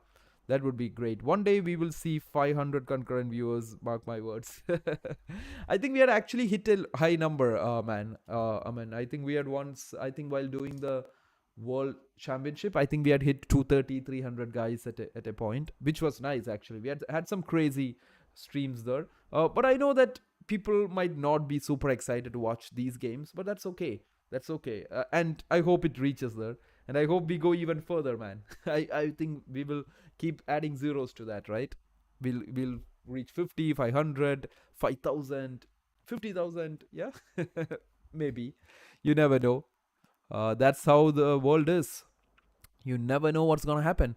But anyways, right now I think these two players will have to know what is gonna happen because Denis Lazovic and Nepo Miyashi, they want to win this and they want to join Magnus and Ali Reza into the semi-finals. This is the Champions Chess Tour, guys. This is a very interesting format of 10 minutes plus 2 seconds. So you guys don't have to wait too much. You can watch a quick game of adrenaline chess very nicely here. But as I say this again, I really wish you guys watch all kinds of games in chess. That is not just I know you guys have your favorites. You want to see certain players play. I know that. I got it. But try to watch all the games if you want to personally improve as a good chess player. That's my take for it. Right? And yeah, but at the end of the day, it's your time. It's up to you. You want to watch this, like watch Nepo play, you can watch it. If you don't like Nepo, you're like, nah, I don't want to see Nepo play. Then you don't have to. I think both Nepo and Denis Lazovic is from the same country, I guess, because I don't see a flag next to both of their names. So that's sad. So anyways, bishop b7 played. I think Lazovic doesn't want to give up the bishop. Knight b3. Again, the plan, guys, is to break c5. The breakthrough on c5 is what was going to free this bishop, but it's not easy because you can see that Lazovic has put all his guys down here. And I think he's going to even double up on this c file. Right, chat? Yep. Okay, you can at least tell your name and country, like sort of introduction for the new viewers, and not even that. Actually, see, I mean, like Denis is Russian. I think so. Because you don't see a name next to his thing, right? And same thing with Nepo. So I think that's the reason, right? Clicks here to see our stands on the okay. So that's some war stuff that's happening. So let's not get to that, right? I hope things ends in peace and people start understanding that at the end of the day, all that is not worth it. It's all not worth it. So what is Dennis doing is he's going rook c7, rook c8, and putting all the pressure on this file. He's just not gonna let Nepo play c5, right? And if you're asking about me, and I mean, like, it's nothing to do with it's nothing, no kind of dramas and nothing special or something, guys. It's just that I just wish to keep the character like that. That's all. I just wish to be like, keep the character of the one and just keep doing this. That's it. It's fine. Like, people don't have to even recognize me. So that's the thing. That's the thing. I really like that way. It's nothing that it's something I want to create any kind of suspense or drama or anything. It's just that it's not even worth it. Also, I think so. But yeah, I hope that you guys understand what is happening here. That is something I can definitely let you guys know. That is a5, pawn to a5. Nepo is trying his best to like soften up this side of the board. He really is trying it. I think he's gonna take and go rook a1, maybe getting onto this open file. Okay, respect that. That's fine. Yeah, I hope you get that, right, man? Like, if it's like at a point, definitely you guys will get to know that at one point, because I will be doing more stuff and content which will require that at some time or the other. But yeah, isn't it? But anyways, chat, as of now, I hope even if it's like few of us here, we have fun, right? That's at the end of the day, that's it. I know 10 people are watching, and for me at this moment, how do I see this is that I see 10 people in front of me and we are talking, and that is not a small number of people. 10 is a good number for me. It works for me. I just visualize it like that, and that works for me too. So rook h8 by Lazovic. He's just coming to he's just coming to this open file here. I think Nepo is really pushing, but Lazovic is really holding it together. First of all, he's not letting Nepo break c5. Until the c5 break happens, the bishop will not open up. So now a new idea by Nepo. He wants to go d4 and b5 and put pressure here, and maybe shift the rooks to this file and put the pressure on the d6 pawn, which is also a backward pawn. Hey Lakshman and commentary, I'm having fun. Love your content. Hey Cello. Oh wow, I see a lot of you guys. and a lot of you guys, I know you before because I've seen you guys here in the World Championship, which is great. And if you like it, that's great, man. Lakshman. Yeah. And that's great, everyone. So as I told you, chat, if it's like even few of us, we're gonna chill here. We're gonna watch some chess. We just relax today. That's it. It's nothing more, nothing less, isn't it? So knight f6 played by Lazovic. I mean, I don't know. Maybe he's also planning g4 at some point, because that can soften up this diagonal and get you the e4 pawn. That would be even more exciting. What's the tournament going on? So this basically is the Champions Chess Tour, which till now we were having Magnus playing. We last 3 days we have been doing this for fun, and we have done all the Magnus games and stuff. But Magnus just won all the games, lost only one, and qualified. So now these games are to decide who's going to be third and fourth that will join Magnus Carlsen and Ali Reza for the semi-finals. So this is to find who will be the third and fourth player. Either it will be Nepo and Lazovic. There's another game going on at the same time between Vincent Keimer and Maxim Vachier-Lagrave. So yeah, these are the 4 players fighting out for the 2 spots. That's what's going on. You stream on Kick Twitch as well? Not really as of now. I just want to do it on YouTube, man. Like, I know I thought about Twitch, but yeah, I thought maybe YouTube is fun. Let's do it on YouTube, right? So I'm having fun. Yeah, cool. Thanks, man. If you're having fun, great. C5 being played, and finally Nepo gets to break this open, right? C5 played, takes. I think a lot of trades coming in. Yeah, that's what I see. Man. Like, lot of trades happening. What will winning this tournament get? Lot of money. you get rich a lot, like $200,000, or is it like, I don't know if it's 2 million or 200. I think it's $200,000 actually. That's a lot of money though, isn't it? But anyways, pawn takes pawn back, takes. I think the position has just gone equal. But Nepo is gonna still try. This g5 pawn is a weakness. Is he gonna hit g4, chat? Is g4 coming in? Oh, but Lazovic says no way. Oh, is it rook takes g5 now? Has he dropped the pawn? Of course, he gets a lot of play with this, but yeah, now Nepo is gonna play forever now. He's gonna try it forever.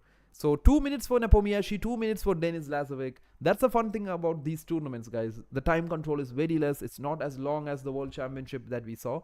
So This is 10 plus 2. Both players at 10 minutes and 2 seconds. And here we go. Nepo is going to put some pressure on Lazovic here. Nepo would love to get that point with the white pieces, isn't it? Isn't the white king safer? Yeah, and at this point, the safety of the king also doesn't matter that much because the number of pieces are a bit less, man, Lakshman. So I think that's the reason why they're just fine. Oh, wow. They're like Lazovic finding a interesting way to get the draw. That's a very interesting way, chat, because you see it takes, and takes the pawn. So basically, there's no more pawns left for Nepomniachtchi. And an extra piece is not worth it after that. He will trade everything and it's just a draw.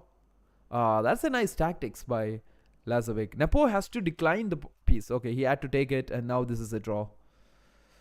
He's going to take g3 and Nepo has to agree to the draw in this one. That's a nice tactical idea here by Lazovic. Good one because you don't need that extra piece right now. Right, I hope you get that, right? So that's a nice trick, guys. So you guys can also take a page out of Nepo's book at some day or the other, that having an extra piece here is good. But the point is that just imagine the knight and knight getting traded off. It's very hard to break it with one bishop and rook. Bishop and rook, there is checkmating ideas, but it's not easy. It's very hard. So yeah, they just agree to the draw. They're like, nah, no point wasting time. So that game's ended in a draw. Let's go to the next game. Oh, there is it. There is Vincent Keimer. This is an interesting game too, guys. This is a loser's bracket. So the winner of this game, or not just one game, I mean the best out of 2 games, will have to play against the loser of Nepo and Denis Lazovic. So yeah, let's see. So these guys doesn't have much time. These guys doesn't have a lot of chances. So f5 being played by Maxime. And why does it show as a mistake is that sometimes these kind of pawns can be a bit overextended and you might just lose those pawns. A piece for 2 pawns, not always equal, but in the position it works. Yeah, but not always, right? Absolutely. If it was a middle game opening stuff, it doesn't work. At the very end, if it's done to take away all the pawns out of the game, then that is working, right? Because you just can't checkmate with a bishop or a knight extra. You can't at the very end say that I have an extra knight. Checkmate with it, right? Checkmate. They'll say like, okay, then checkmate me. Okay, but I think this game, guys, I personally feel Maxime has the chances because the knight is better than the bishop in this position. Even though we have pawns on both sides of the board, I think the knight is better because of the structure and the position is closed. Vincent has weakness everywhere, man. All over the board it's weak. Maxime, of course, 2 isolated pawns, but this looks much better for Maxime. These guys are looking strong together. I don't know about the pawn endgame. Is the pawn endgame winning for Maxime? Isn't it? Like, isn't he getting this guy? So will he go knight e4, chat? Is he going to go knight e4? Go for this one. Because bishop takes. If he goes here, I don't know. Like, the thing is that when you get this pawn, he might get this guy. So you have to maybe think 20 moves ahead maybe here. So you need time here, chat. You need time to think here. If you give me like few minutes, then maybe I can. But I don't think it's possible to calculate everything here. That's what I think Maxime is thinking. Because if he plays knight e4, okay, he doesn't go for it. He's still a bit confused about it, I guess. Oh, a blunder. Knight e4, right? I don't know why Vincent let him do that. I think we were talking about that move. Vincent went this way and he just let Maxime get the pawn for free and not even with a trade. No complications, nothing. a3, b4 now, chat. Maybe he's going to get the c4 pawn though, but... or just a3. Or just a3. Yeah, just a3. King here. I don't know, just a3, yeah. Because if you play this move now, I'm going to go play king e4. And then if you play king d6, I'll go king d4. Yeah, that's the way. I think that has to be the way. It has to be king e4. Oh, king g4? Okay, works maybe. I thought he will play this now and attack the knight and try to get this, guys. Oh, a4. a4, is it? I think a lot of things are wrong here. I'm not like gonna give it a... MVL showing his class. Yeah, these kind of endgames are hard, chat. These kind of endgames are hard. So, very hard for Vincent to hold this one. b4, yeah. You take this pawn, it's fine. Look at the structure of these pieces. He's going to take this, move, and push this. Okay, he takes the a4 pawn too. Look, just imagine having 2 outside passers. The a and the h pawn. Crazy. Oh, he didn't take that? Oh, okay. I think MVL got a bit confused with Vincent having this crazy active king, right? But yeah, Vincent's really low on time. Here starts, the pawn will start rolling. And if you guys don't know, MVL was a previous, I think 2023 or 2. Not 3, it was Magnus. 2022, I think MVL was also a World Blitz champion. So Do you really expect him to lose this game or like drop this game? I don't think so. The knight's going this way. This pawn is gone. Knight g1. Put pressure. And if he goes bishop f1, just go king g3. Oh, he doesn't want to do that? I don't know. But no questions asked. MVL can do whatever he wants here. Oh, yeah, he grabbed this pawn. And then, I don't know, MVL is really confused a bit about grabbing. I think king e4 is better, guys. A bit prophylaxis. Don't let the king advance here. Just king e4 and then take it. Maybe bishop f1, then king d4. I don't even think... Okay, he takes it. Yeah, anything is winning, though. h4. Here we go. I think he's going to take this. h5. Take this. h6. Bishop here. Whoa. I hope. Oh, yeah. Knight e4, knight f6. It's over. Yeah, it's over. It's game over. You take knight f6 and then the bishop has no... Oh, he took that also? Yeah. Anyways, he's going to come back now and take this. Right? And the bishop doesn't have squares, guys. He cannot stop this here. Like, that's a short diagonal. And Maxim wins. Maxim wins. Just needs a draw to advance to play the loser of the other game. Okay. Exciting stuff here. So, Maxim wins. Nepo Miyashi, Denis Lazovic ends in a draw. So, the loser of this game, guys, Nepo versus Denis Lazovic, the loser of that game will play the winner of this game. So, the losers bracket semi-final, those guys have to fight it out to get into it. While the winners bracket finals, they are getting an extra chance, to make it very simple, to let you guys understand. So, this is exciting, right? 4 players, 2 will qualify, and 2 of them will qualify to play whom? Isn't that a question? 2 of them will qualify to play Magnus Carlsen and Alireza Firouzja, who's already waiting there. They've already won their games. Magnus has won the whole round robin stage with 6 points out of 7 rounds. Alireza just behind him at 5 points. And Magnus can also pick out of the semi-final players qualifying who does he want to play. So everything in favor of the world number 1. E4 or D4? I would go with D4. I know it's not usual, but I would go with D4. I like more positional chess. But yeah, but I'm always excited to see E4 games. I love E4 games. It's so exciting. I know D4 can be boring, but just pardon me with that. But anyways, chat, if you guys have joined in just now or if you have never subscribed before, you can do that. I think we will hit 3,000 pretty soon. But on top of all of that, chat, there's one more thing. If you guys want to watch some content and recorded stuff and everything, fun content, you can catch me up on Instagram. Like, we have a bigger community there and it's fun there too. So it's the One Chess. It's the same name. You can search and you'll get it, right? We'll drop it in the chat after some time. What? D4. I know it's a bit sad, but what to do, man. So just waiting for the next game to start, actually, between Maxime versus Vincent and what do you say? Maxime versus Vincent and Nepo versus Denis Lazovic. You know what, guys? We'll watch Maxime versus Vincent here this time. We watched Nepo versus Denis last time completely. So we'll watch Maxime Vincent because the loser will be out. So it's a must-win situation for Vincent because if he loses that game, he's out of this whole thing. So that would be sad. That would be sad, right? So we'll root for Vincent right now. We want more exciting stuff happening, isn't it? So I would love to see Vincent win some games here. So let's see if that actually happens. So Maxime versus Vincent and Denis versus, what do you say? Nepo Miyashi. Because there I feel that game could go a bit more longer.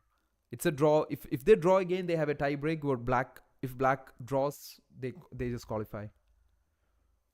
But anyways, chat. I know there's like, I'm really always surprised why people are not too excited like any other event for these kind of events, because I feel this has to be equally given importance. Like, you watch any kind of top level chess, you try to understand what is happening, you're gaining out of it.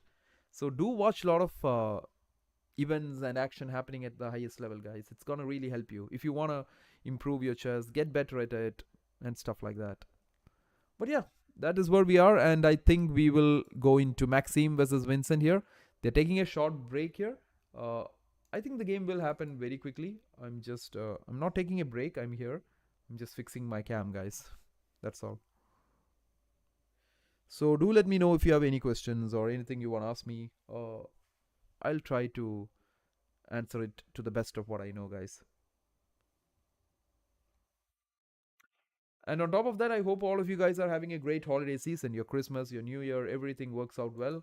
And you have a great, great year ahead. Because why am I not saying it too much? Is because we will also be catching up for the World Rapid and Blitz. I'm super excited to watch that. That watch party is going to be even more exciting, isn't it? We have all kinds of players. There will be Magnus Carlsen. There will be, I don't know if the world champion will be playing, Gukesh Domaraju. It would be very interesting if he plays. It would be super nice to see him in action. There is like some crazy stuff happening there. There will be Hikaru Nakamura. There will be Fabiano. There would be everybody, basically. Right? It's happening in New York, Wall Street, the financial capital of the world, isn't it? That would be fun. That would be a really fun event. And I hope you guys don't miss it. The Rapid and Blitz happening from 26th. So have a great Christmas dinner on 25th. And then maybe you guys can get back on 26th, right? So that is another thing you guys can do that. But nonetheless, everyone, this is the survival stage. This is the stage just before the semi-finals, right? So this is Maxim playing against Vincent Keimer. And there is Denis Lazovic playing against Nepo Miyashi.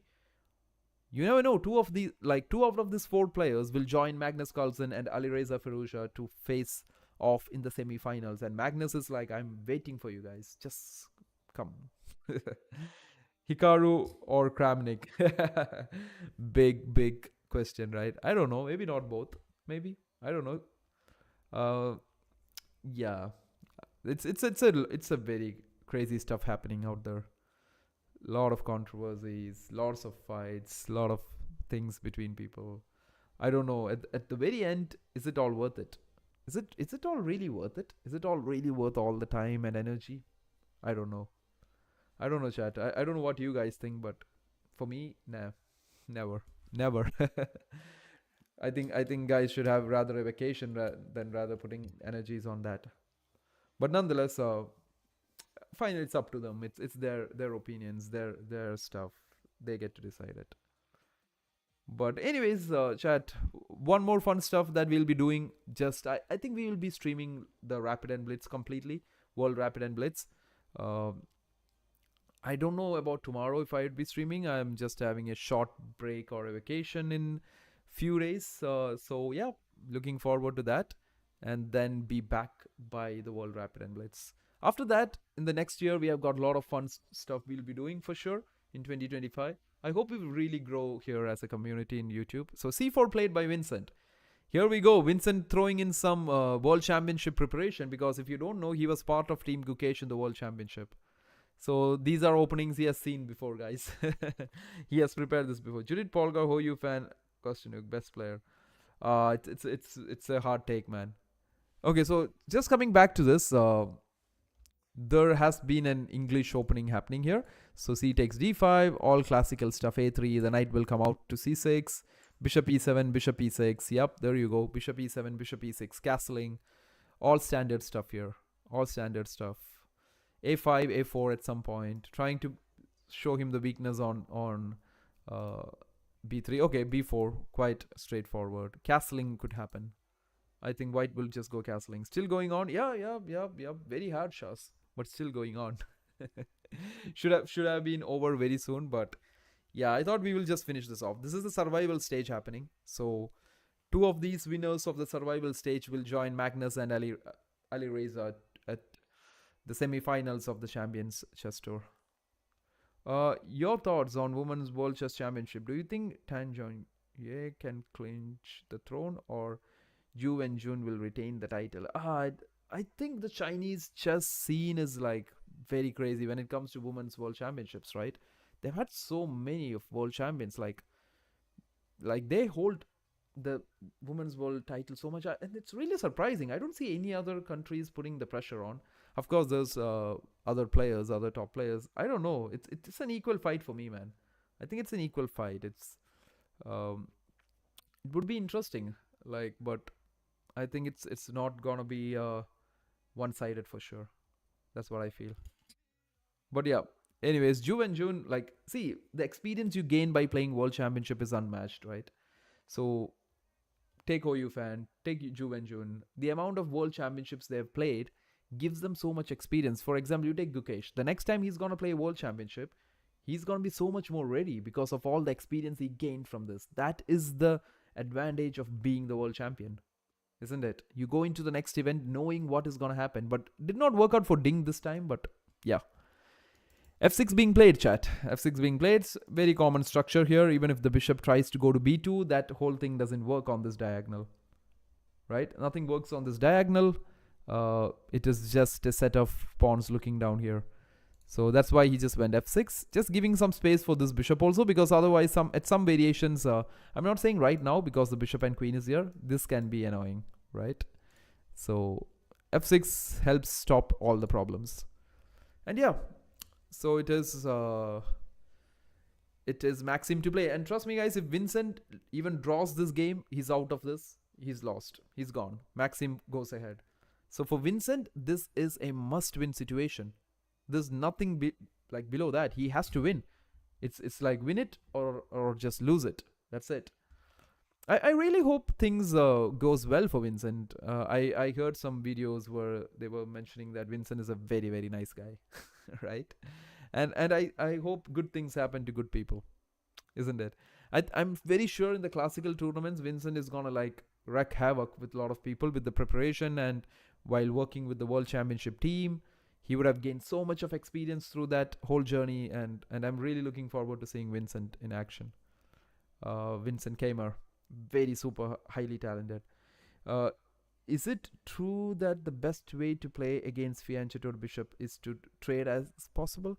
Not really. It's not like that. It's not a trade or something. For example, look at the structure against the Fianchetto Bishop here. You really neutralize this bishop on b2. It's not going to really create any kind of problems. And here, this whole bishop, right guys, this is the whole, what do you say, this is the soul of this king, and that's why queen d7, usually you will see bishop h3 and a trade here.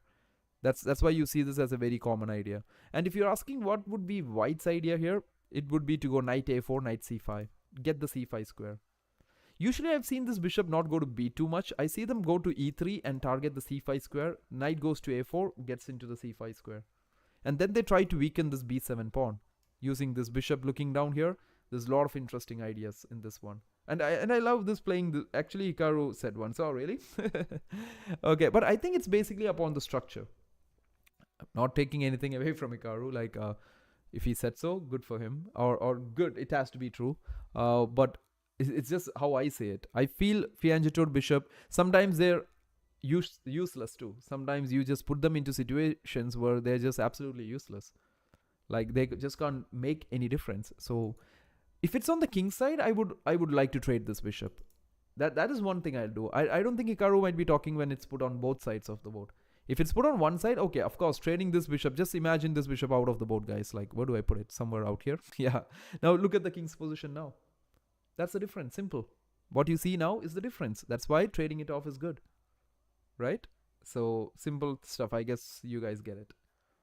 I know all you guys out there are super smart to understand that. So yeah, anyways, rook c1 played, guys. I think right now Vincent is trying to go for the c5 square, which makes a lot of sense. Rook comes to d8. Yep, fair enough. So I don't know what is... Okay, same plan. Rather than going to a4, he goes to e4 followed by knight c5. I think we are going to see knight c5. Makes sense if he plays knight c5. So let's see. And if you look at this right now, this structure, guys, it's not easy for this bishop to break through. He has to soften that structure somehow, but it's also not easy. You can't get f4. It's all not possible. So yeah, let's keep going, chat. Let's keep going. And if you have any questions, do put it up, right? Do put it up. I'll try my best to answer you guys. It's always fun when you have a great chat. The World Championship was great. Absolutely amazing. I had some super amazing guys watching. They were asking one question after the other. At some point, I was running out of answers, but it was really cool, guys. I loved it. I loved that session. It was great. And all you guys who are watching, I know there's like few of us, but few is enough. It's really good enough. So Queen C2 played, and yeah, I think Vincent is just piling it up. He's trying to... Maybe Vincent thinks that he can take this into the end, like 2 minutes or 1 minute for each player, and just go all in. That's what he might be thinking. He just doesn't want to trade and just take into a very simple endgame for Maxim. Because if you guys don't know, Maxim won the first game. He just needs a draw. If he draws this, Vincent is out. Vincent is out of this whole thing. Oh, nice one by Maxim. Like, look at that. You don't want to get skewered, right? I think they should change it from skewered to getting screwed. This is screwed, getting screwed. Bishop to b3. Trust me. If you get this happening, it's just getting screwed, chat. You don't want that happening. So the queen just drops back. The knight is there. So you can't play bishop there. So knight ed2. That's why the knight went back to stop this move. Not like that, but like this. So that's where we are. So Vincent versus Maxim. I hope Maxim creates, like Vincent creates something. That would be fun. If Vincent wins this game, guys, we go to tiebreak. That would be really fun. That would be really, really fun. So I'm just looking forward to getting what? Sorry, what? Getting screwed, yeah? I was just saying that rather than skewer, it should be screwed. It's like getting like... I hope you guys get it. Anyways. Coming back, knight e to d2, chat. They're just stopping the b3 square. Bishop's here, queen's here. So I think Maxim just dropped back. Bishop to queen f7. Rook b1 by Vincent. I don't like this move, to be honest. I don't know. Is he planning to move the bishop out and play b5 something? Or maybe he's planning bishop c3, a4, and then go pawn, like pawns are just gonna storm down. Bishop a2 by Maxim. Oh, that is a tricky idea. Maxim says, you want to make a draw, Vincent, maybe? Because draw means Vincent loses. Why would Vincent even think about that? Vincent wouldn't even think about making a draw. Draw means he's out of it. So Vincent Kamer, who's playing white here, chat, he has to win this game. Because if he doesn't win this game, he's out of this whole thing. So it's a must-win situation. So he says, nah, no draw, Maxim. I'm going to look at something here. And maybe put my knight here or back here or go c5. I think the knight has all chances of coming back to e4 and going back to c5. But let's see, chat. Let's see. Fun game. Fun, interesting chess, you know. Like, really, really interesting. I feel like going out and playing Blitz with someone right now. It's really exciting. When you watch these games, you get so tempted to play. But yeah. Anyways, 5 minutes on the clock for Vincent, while 6 for Maxim. Yeah, maybe Vincent is trying to take it to the edge of the game, like 1 minute each, and just try his best. Try to see what luck does favor him. So rook e8. Look at the tension here. Like, the only thing that has been traded after close to 20 moves is just one pawn. Just one pawn. Everything else is on the board. That is not the kind of chess you want to play, do you? But anyways, chat. Bishop to c3. Yeah, I think this is the plan. He wants to get this pawns rolling somehow. Maybe queen b2 now, and then... Oh no, but queen b2 walks into knight a4. You don't want to walk into that. Maybe I think... yeah, so he's hitting this. Knight e4 here. I don't know how good it was to give up this. Yeah, I don't know how good it was. But knight c5 is coming for sure. Knight c5 is coming. Vincent is going to try his best in this game.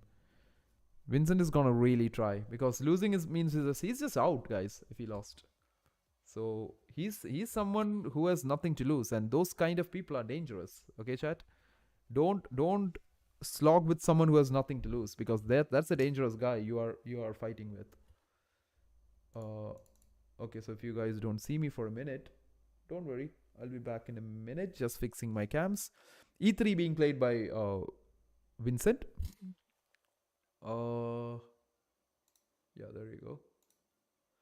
e3 being played. The bishop is on d5. I don't know what this bishop could do. It might take... I don't think so. You give up a lot of squares if you take it.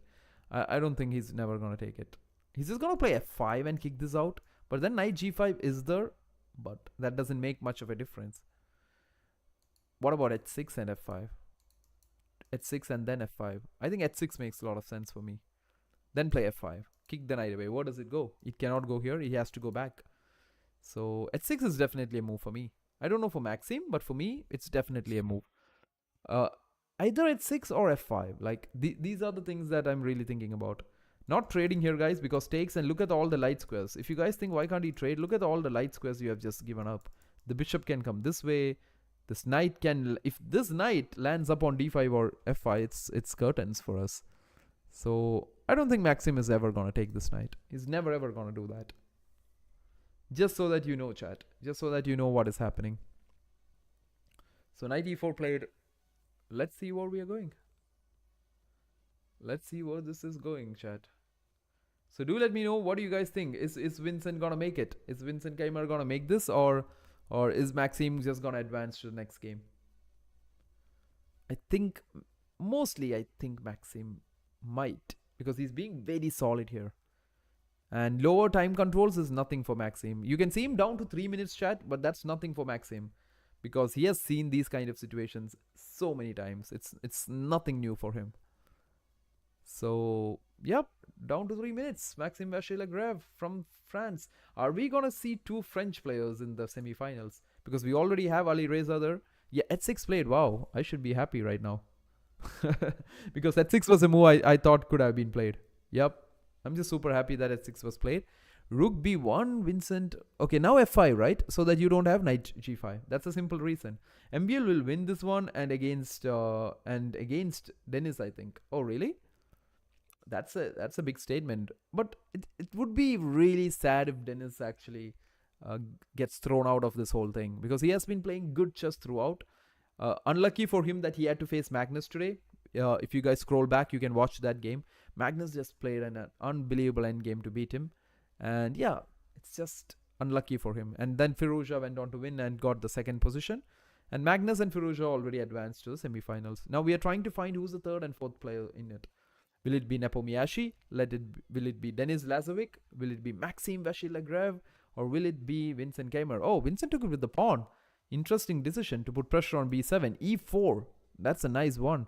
Is he just going to play knight d4? Sometimes I've seen people do that. Some people do this. But yeah, Maxime knows what's he doing, chat. Maxime knows it. He's not going to tilt. And a draw is enough to take Vincent out of this. Not a great tournament, not a great final for Vincent Keimer, but he's really giving it. He's really giving a fight for Maxime. But that's where we are, chat. That's where we are. So takes. Now maybe knight d4. But still, I don't see it. I don't see what is really helping him with it. Maybe knight d2, knight c4. But where is the knight going? That is the problem. The knight has no future. Knight e1, knight here. Knight h4, the knight is gone. Never put it here, because g5 and the knight is history. You just lose your knight. So don't do that. Knight at the rim is dim, chat. Don't do that. Knight e1, okay, makes sense. Knight c2, knight d4, an option. More options too. That can still happen though. Knight e5. Oh, look at this knight coming. Rook b4. This is the guy. So smart play by Vincent here. You know why? Because Vincent started playing all of a sudden. He knows that if anything has to happen in his favor, then he has to take Maxime low on time at least. If Maxime is not even low on time, then nothing's going to happen in his favor for Vincent. He's just going to get busted just like that. So Vincent's playing smart, chat. Vincent's playing smart. But he's playing smart against the 2022 World Blitz champion, I guess. So that's not against someone you want to play smart, right? Maxime, I'm sure he won it in 2022, I guess. 2022 or 3, it was Magnus for sure. So I think it is 2, maybe that MBL 1. NF3 is a move or not? It is kind of a move. You create a pawn here, but as of now, not really. Because you play knight f3, I'll take it with the knight. If you were able to get my bishop out, then it was worth it. Because if you play knight f3, I take and put the bishop to f1 and come this way. You see that? I get a lot of play the other way. It might look as if you will get to checkmate white, but that's very hard. It's not an easy thing. But if you were getting my bishop... Okay, what just happened here? Yeah, so... then Vincent played rook d4, rook takes, queen takes. And... what next? I don't see that as a huge mistake, because I don't see anything really bad happening. So knight g4 by Maxime. Maxime has got all the advantage, chat. Like, look at this. He's putting pressure here. Rook f8 will happen. More pressure on f2. Vincent is trying, but it's just not happening. I think he got nothing out of the opening, to be honest. He didn't get anything out of this opening. h3 maybe? Kick the knight away. And then do something. Oh, but knight takes f2 is already a threat, right? Crazy stuff. How do you save it? Rook queen d2? Yep. Oh, blunder? I thought that was very obvious, right? Ah, queen h5, chat. Queen h5. You're gonna checkmate him here. And then rook takes f2 is coming. Knight takes f2 is coming. You're lost. Queen h5 and Vincent is history. That is sad. That's sad for Vincent. Nah, I'm just letting you know, man. I was just letting you know. Queen b2 was the move. No, no, no. I think it was queen h5. Did he miss it? Oh, he missed it? Oh, he played queen f6. Why? No, the plan was simply queen h5. You're hitting f2, right? 2 times and you're trying to checkmate him here. Wow, Maxim missed that. Okay. Fair enough. Queen d2 here and let's see. h3, rook d8, queen b4. Ah, this is a second life for Vincent. If Vincent wins this game, guys, I have a feeling he might go on to win the tiebreak and put Maxim out of this. Oh, that was a big miss. Both players down to a minute now. This is where things get exciting. Okay, so Maxim actually down to 1 minute 38 seconds. Vincent has 2 minute plus, so he has a lead in time, and he has just lost a pawn. That's what I feel. Right? He's lost the c5 pawn, chat. This is not looking nice for Vincent, but he has to keep going. He has to keep playing. He doesn't have an option, does he? Unfortunately, he doesn't have an option. I meant queen b2 for white instead of that. Yeah, exactly. You should have gone to b2. And you should have put the rook in front of while defending rather than the queen being in front, which was the blunder. But that was really surprising. First of all, it was surprising Vincent gave the chance. Second of all, it was surprising Maxim didn't do it. Maxim didn't go queen h5. But of course, these guys are playing at the very highest level, so it's like we can't judge anymore. We can't just question them. It's just their moves, right? Like it's just the day. Some days it works, some days it doesn't work. But as of now, it is working. Everything is working for Maxim, even though he missed an interesting idea. That doesn't make any difference because Maxim, for him, it's a draw is enough. If it's just a draw, Vincent is out of the Champions Chess Tour final. The queen trade, man. The queen trade. You should have never given that. Because when you're fighting for a win, I think Vincent has just literally given up. I think Vincent has just literally given this up. He knows he just can't win this anymore. Yeah, the queen trade is almost the final nail here. I don't see it. He's trying d5 here. He's trying to get something and then create something maybe. But let's see. Let's see. This is exciting stuff. Vincent versus Maxim. 1 minute for Maxim. That could be interesting, chat. That could be very interesting that Maxim is down to a minute. Vincent Keimer has 2 minutes. For Vincent, it's a must win. If it's a draw or if it's like, what do you say? Any other results. Draw or if he loses, it's just out. So knight f6. Trade. By now, I really feel Maxim has just given up with that trade. Trust me. I mean, not Maxim. Sorry, Vincent has given up. Vincent thinks that he can't make this anymore. That is sad. Let's see though. Let's see how he plays this though. Is he not going to play this out?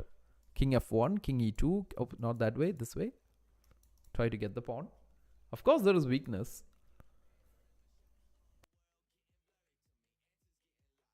So let's see, chat. Let's see what this goes.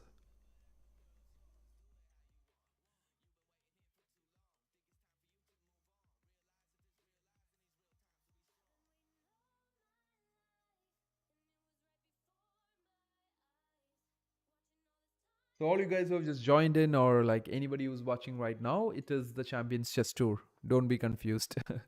Okay, a5 comes in and I think Vincent will just tilt this out. It is going to be hard. What is he trying? This way? King e6. Maxim playing just some comfortable chess and this is looking bad for Vincent. I don't know. He got nothing out of the opening. I think he should have gone for something which gives him much of a playable chance. Yeah. Oh, Maxim plays c5 and gives it up. Okay. Still completely under control for Maxim. The best this one's a dead draw. Even I can draw that. I mean, that's what I think. Yeah, of course. You guys can. Like, trust me. I think this is winning for Maxim. Maxim will go on to win this. But doesn't make a difference for Vincent, right? Like, win and draw, he's out of this. And that's it. So Maxim will win this loser's bracket and will advance to play the player who loses in the Nepo Denis Lazovic game. We will go there directly, guys, and we'll see what happened there. But yeah, just to call the final moments of this game, uh, Maxim has got this game completely. He has really got what do you say, uh, Vincent down and out. Now Black is clearly winning. Yeah, Black is king is so advanced. He has a great knight here, and now he gets a pawn on a3, and he's just winning. Yeah, now it's just a matter of technique for Maxim. Maxim knows this. It would be fun to see Maxim win this, win the next one, and then go to the semis and win the whole tournament. But then the problem is that there's someone called Magnus Carlsen waiting for him. So, not easy, right? I didn't feel Magnus was unbeatable in this tournament. His game against Wesley Saw was really not working. He was almost lost against Wesley. And I also feel his game against Maxim was also uh, shaky. So I think, yeah. So there is chances. There's chances that Ali Reza could actually take Magnus down. Yeah, this is over, chat. This is over. E3 can happen. King E3 maybe, and King D2. Then push the pawn. Oh, why is he going that way? Oh, he just doesn't want to give any counterplay. Just like what Anatoly Karpov does. So this pawn can come in.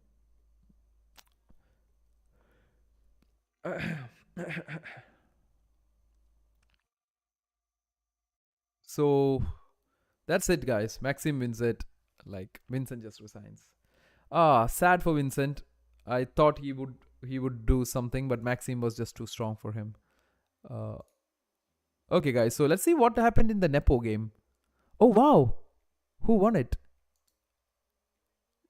Nepo Miyashi won. Wow. So Denis Lazovic has lost it.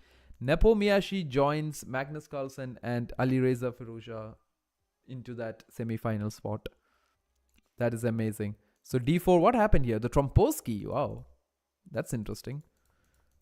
Kind of a London system actually, like a different version. Just that the bishop is here. It happened from a Tromposky. Knight takes, G4. I don't know why Lazovic went all in like that. Takes, G6, and you know what, guys? Nepo has like prepared for so many of these world championships that you can't play these kind of dubious stuff with him. His preparation is so strong. You just can't try these kind of dubious stuff. And look at him, like classic Nepo Miyashi stuff, right? You're trying to do something here, you hit him back in the center. That's what Nepo is doing. Uh, Magnus, and MVL. Yep. So E5, Queen D2, and wow, look at that. Look at the game. Oh wow. Okay, but already a very inferior end game, right? This is not what you want to play. Yeah, Nepo just took it away. Nepo just took it. So we have one final set of game left, and that will be between Denis Lazovic versus Maxim, and that player will go on to join Magnus, Nepo, Ali Reza, and that will be the top four playing the semi-finals tomorrow. Okay, see ya, man. Yeah. You have a great time, man. It was fun chatting with you, and I hope we catch up soon. Right? Anyways, chat. This is where we are. We will have only one more game of this whole thing. That is, we will do that too. See, it's always nice. I'm just doing. I could have just said have a great time and I'll see you all, guys. But I think since I just did this whole tournament till now, and I don't know if I'll be doing tomorrow for sure. Maybe I will. But I might be traveling tomorrow, so there is a small doubt there. But yeah. Anyways, I thought since we started off, guys, I think it is super important that I just finish it off for you. And if it's Denis Lazovic versus Maxime, we'll do that. So I also feel that's kind of the respect I give for these players, right? It's not as if like if it's just only Magnus that we will stream, or if it's only someone people know. We're not just doing it for the views or the streams or anything, right? It's just for the fun of it. So yeah. Yep. See ya. But anyways, guys, we will have Maxime versus Denis Lazovic coming up soon, and that will be something you guys will see very very soon. So you keep watching. I'll be back once that game starts. Okay. And I think you guys should watch this game of Magnus Carlsen versus Denis Lazovic that happened today. This was crazy. This was a really nice game, chat. Don't miss this one out. Let me take you there. Uh, this one, the final game of today's. This was really nice. This is something I would recommend you guys must watch. Yep, there you go. Oops.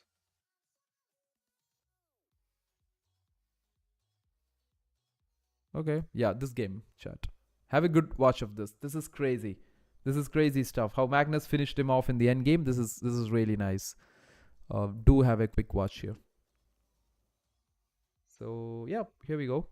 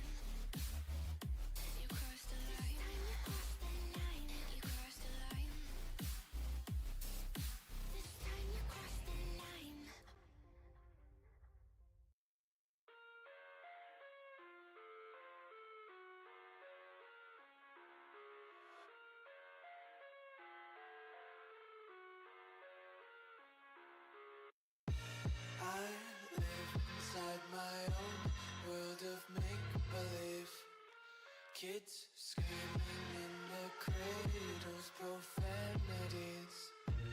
I see the world through ice covered in ink and bleach. Cross out the ones who heard my cries and watched me weep. I love everything. Fire spreading all around my room. My world's so bright, it's hard to breathe, but that's alright. Hush.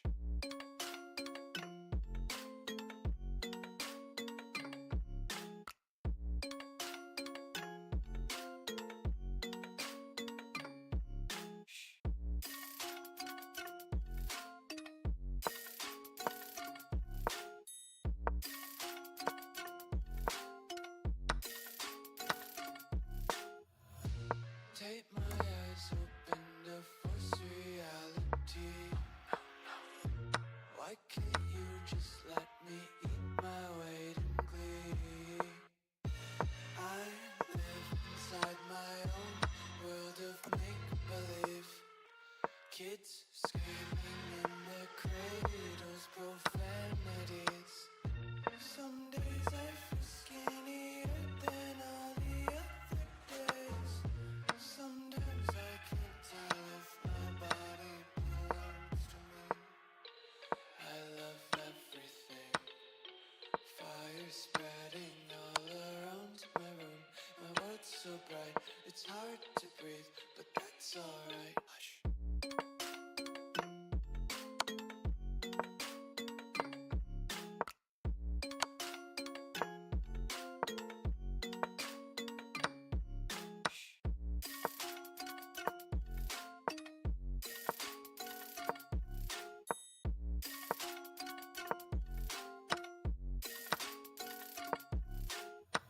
I wanna taste your content, hold your breath and feel the tension. Devils hide behind redemption. Honesty is a one-way gate to hell. I wanna taste consumption, breathe faster to waste oxygen.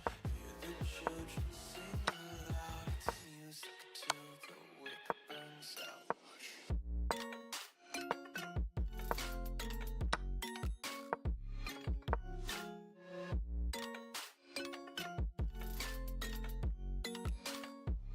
Just wanna be carefree lately, yeah. Just picking up daisies. Got one too many quarters in my pockets. Count 'em like the four-leaf clovers in my locket. Untied laces, yeah. Just tripping on daydreams. Got dirty little lullabies playing on repeat. Might as well just ride around the nursery and count sheep.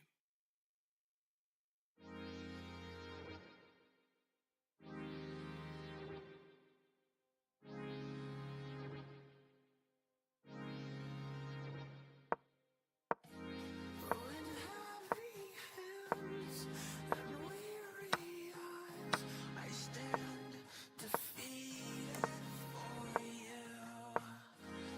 With empty thoughts, a black and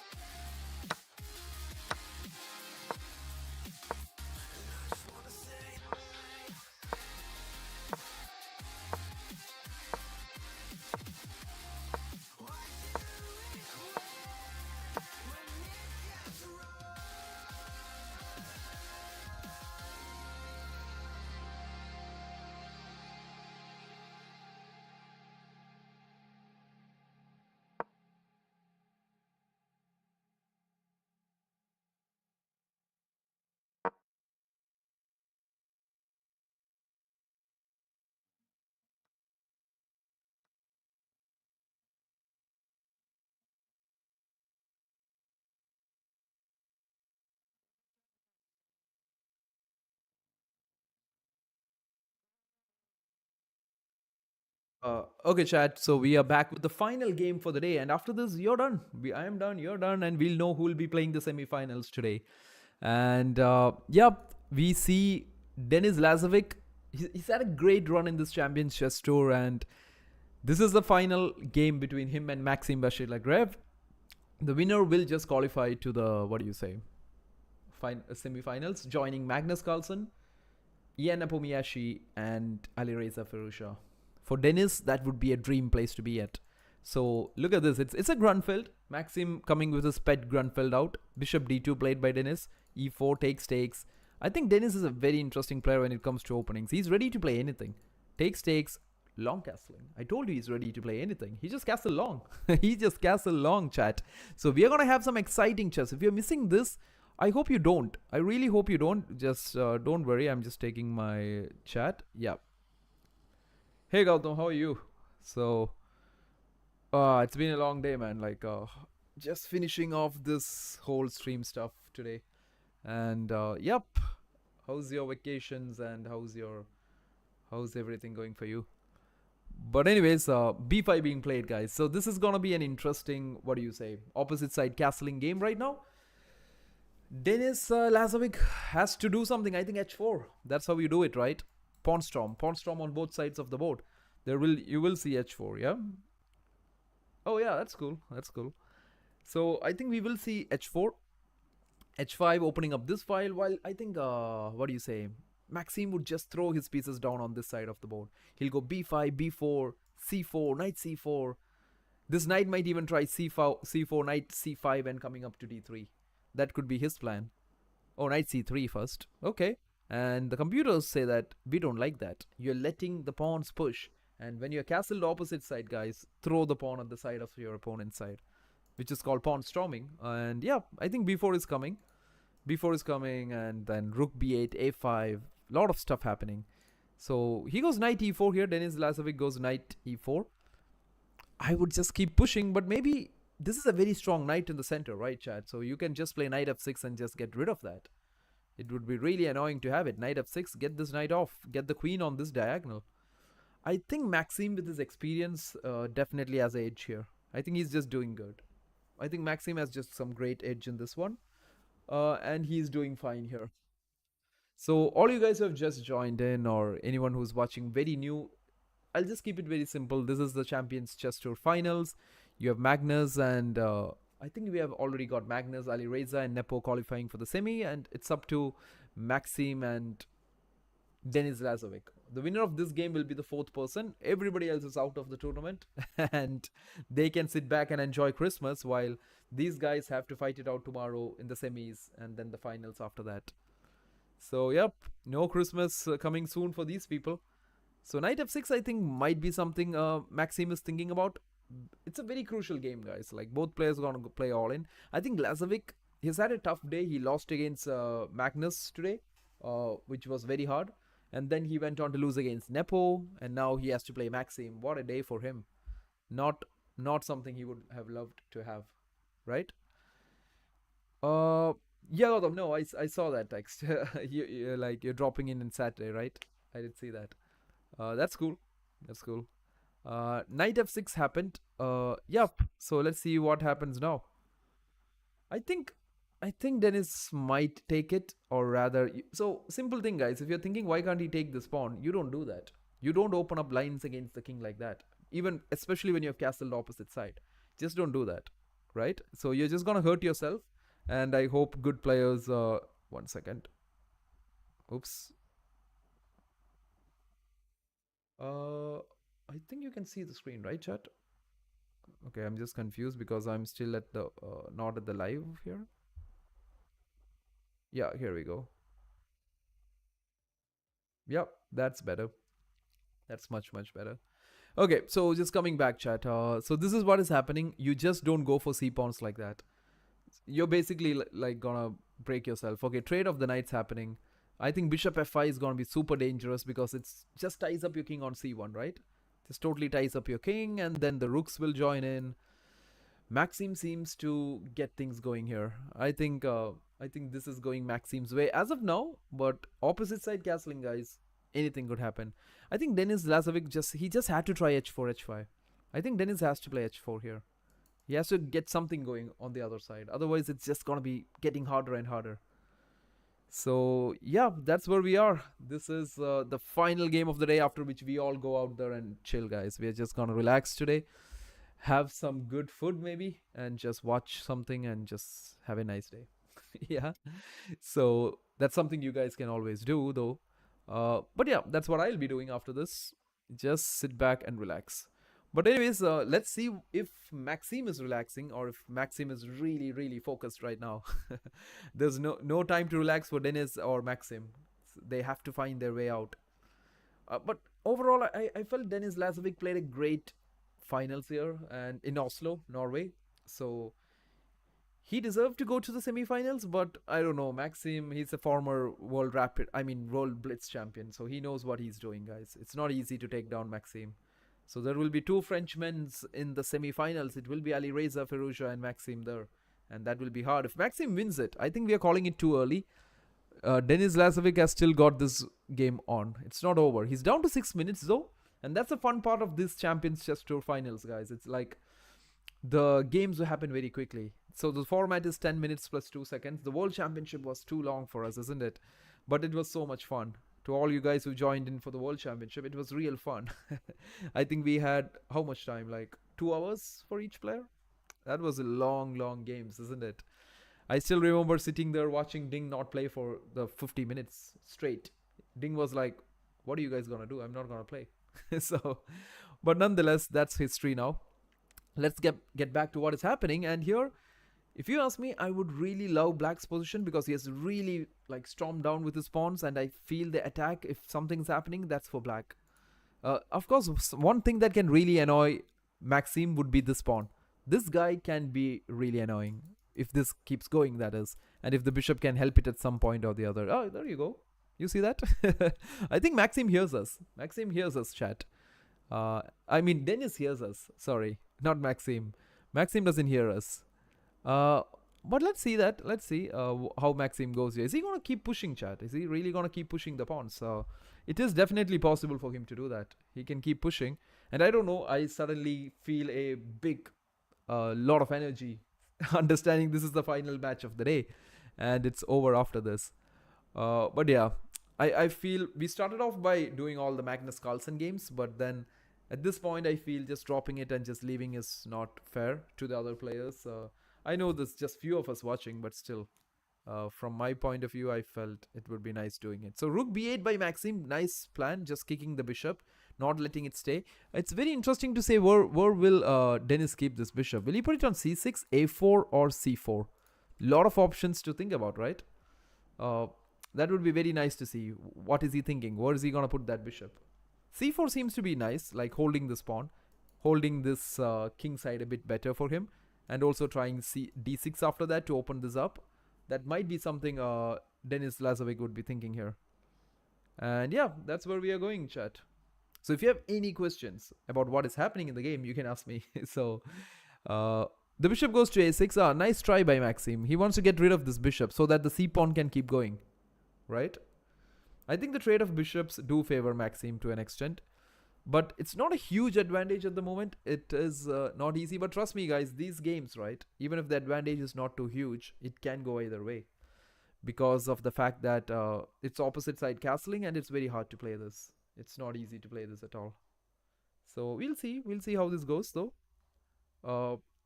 So Denis Lazovic has to make a decision here. Is he going to take the bishop or is he just going to keep it here and help it with the queen? Maybe queen d3 is an option, right? Queen d3 is definitely an option. Otherwise, take, queen takes, and then king b1.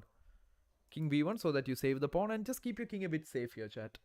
That's another option. Give me a second.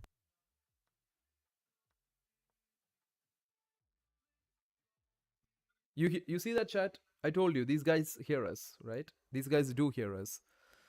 This bishop a6, queen a6, king b1 was played, and yeah, and I still believe that Denis Lazovic can create a lot of problems here with the pawn on d5. That pawn is a real, really gonna annoy Maxime here. Maxime is not gonna be happy with having that pawn on the game.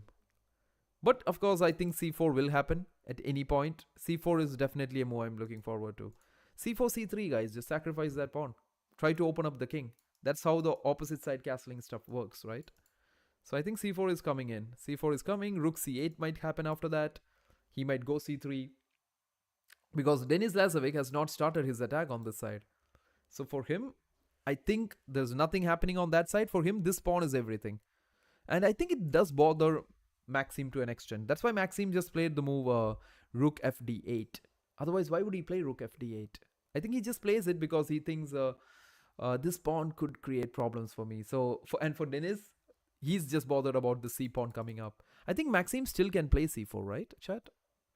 Or is he just I don't know. Rook fd8 was a bit surprising this early. I thought he could have gone directly c4, like back in this position. Here, I thought c4 should have happened directly. And then just c3, just break everything up. So, but yeah, we can't question Maxim here. So rook d8, rook c1, queen d6. So it really clearly shows that Maxim is not happy having this pawn, and rook ad1. I mean rook hd1. That is a very nice one. If you kind of take these kind of pawns, guys, just g3, and you see that your queen is just out of action here. So don't go for those pawns like that. If it's an endgame or something, you could have at least thought about it. But right now, if you go, your queen is just out of this action, and this pawn will start pushing now. And you don't want such things to happen to you, do you? So anyways, chat, this is what happened. If you're new here, chat, you guys can hit all those buttons that you see. I know you don't see the like button, you just double tap. That's it. Okay. Oh, but nonetheless, you can hit subscribe and stuff. I think we are closing 3,000 soon, but that's not a big deal. You close it, good. If you don't close it, that's fine. But anyways, rook comes to d1, chat, and I think this is good enough. There's good enough support on the d5 pawn. Let's see where this is going, though. He plays rook to e8. Maxim just taking the open files here. Maxim's like, I've learned when I started learning chess that open files are for the rooks. And Maxim says, that's what I'm going to follow, right? So rook comes to e8. I think he will target this pawn, coming with rook e5 and the other rook to d8. So Maxim doesn't really trust in this pawn storm attack. Maybe he believes that there is not enough pieces for that attack. So something he might be doing is rook e5. And look at Denis. That's a smart move. Immediately when he goes rook e5 here, f4 will happen, kicking the rook away from here. You can't give time for the rook to settle down here, right? Interesting. So this is now we are going into the fun part, guys. Denis Lazovic is down to 3 minutes, and Maxim Vachier-Lagrave is having 4 minutes on the clock, and this is going to be really, really interesting. Let's see where this goes down, chat. Let's see where this goes down. So Maxim down with 4 minutes. But as I mentioned earlier, Maxim is a former world champion. He's a former world blitz champion. So he knows what he's doing, right? He knows what he's doing. He doesn't bother too much that he's down to 3 minutes, because a game of blitz actually starts at 3 minutes 2 seconds. So he'll be like, I'm okay with that. So queen comes to c2 here. Okay. I thought f4 was coming, actually. I really thought at this point he would go something with f4 and hit this away from here. But yeah, maybe Denis doesn't want to do that. So rook e5, queen c2, takes the pawn, takes c5. Oh, are they fizzling out into a draw? Or does Maxim see any other plans here? Is this going into a draw, chat? Like, what do you think? Or queen e4, is he going to keep the queens on the board? Kick the king inside, b3. Just make sure the king is really vulnerable there. Yep, there you go, queen e4. I told you guys, they hear us. These guys hear us, right? Queen e4, that trade, it's just going into an equal endgame. I think Maxim doesn't see any reason to continue here. I think he's just okay with the draw. Okay. So this will most probably end in a draw, chat. Good for Denis, actually. It was not looking that great. So Maxim thinks that, okay, I'm going to get the white pieces next game, and I might just convert that game. So it's decent for Maxim to get a draw with the black pieces, but I felt he had the edge in this game, right? Queens together, yeah. Queens together, yeah. But I think right now they could just trade the queens off, Gautam. Like, they could just trade it. And now this is why it's called a draw here. Because it's very hard to make any progress. You can go rook d7, try to put pressure on the 7th rank, but then a5 comes in. There's no real pressure. Like, you can go here, but yeah, I don't see it. Okay, of course, Maxim can go and get some pawns here, but it's not worth it. I think this is going into a draw. They might not take it right now, but Yeah, takes the pawn. I told you.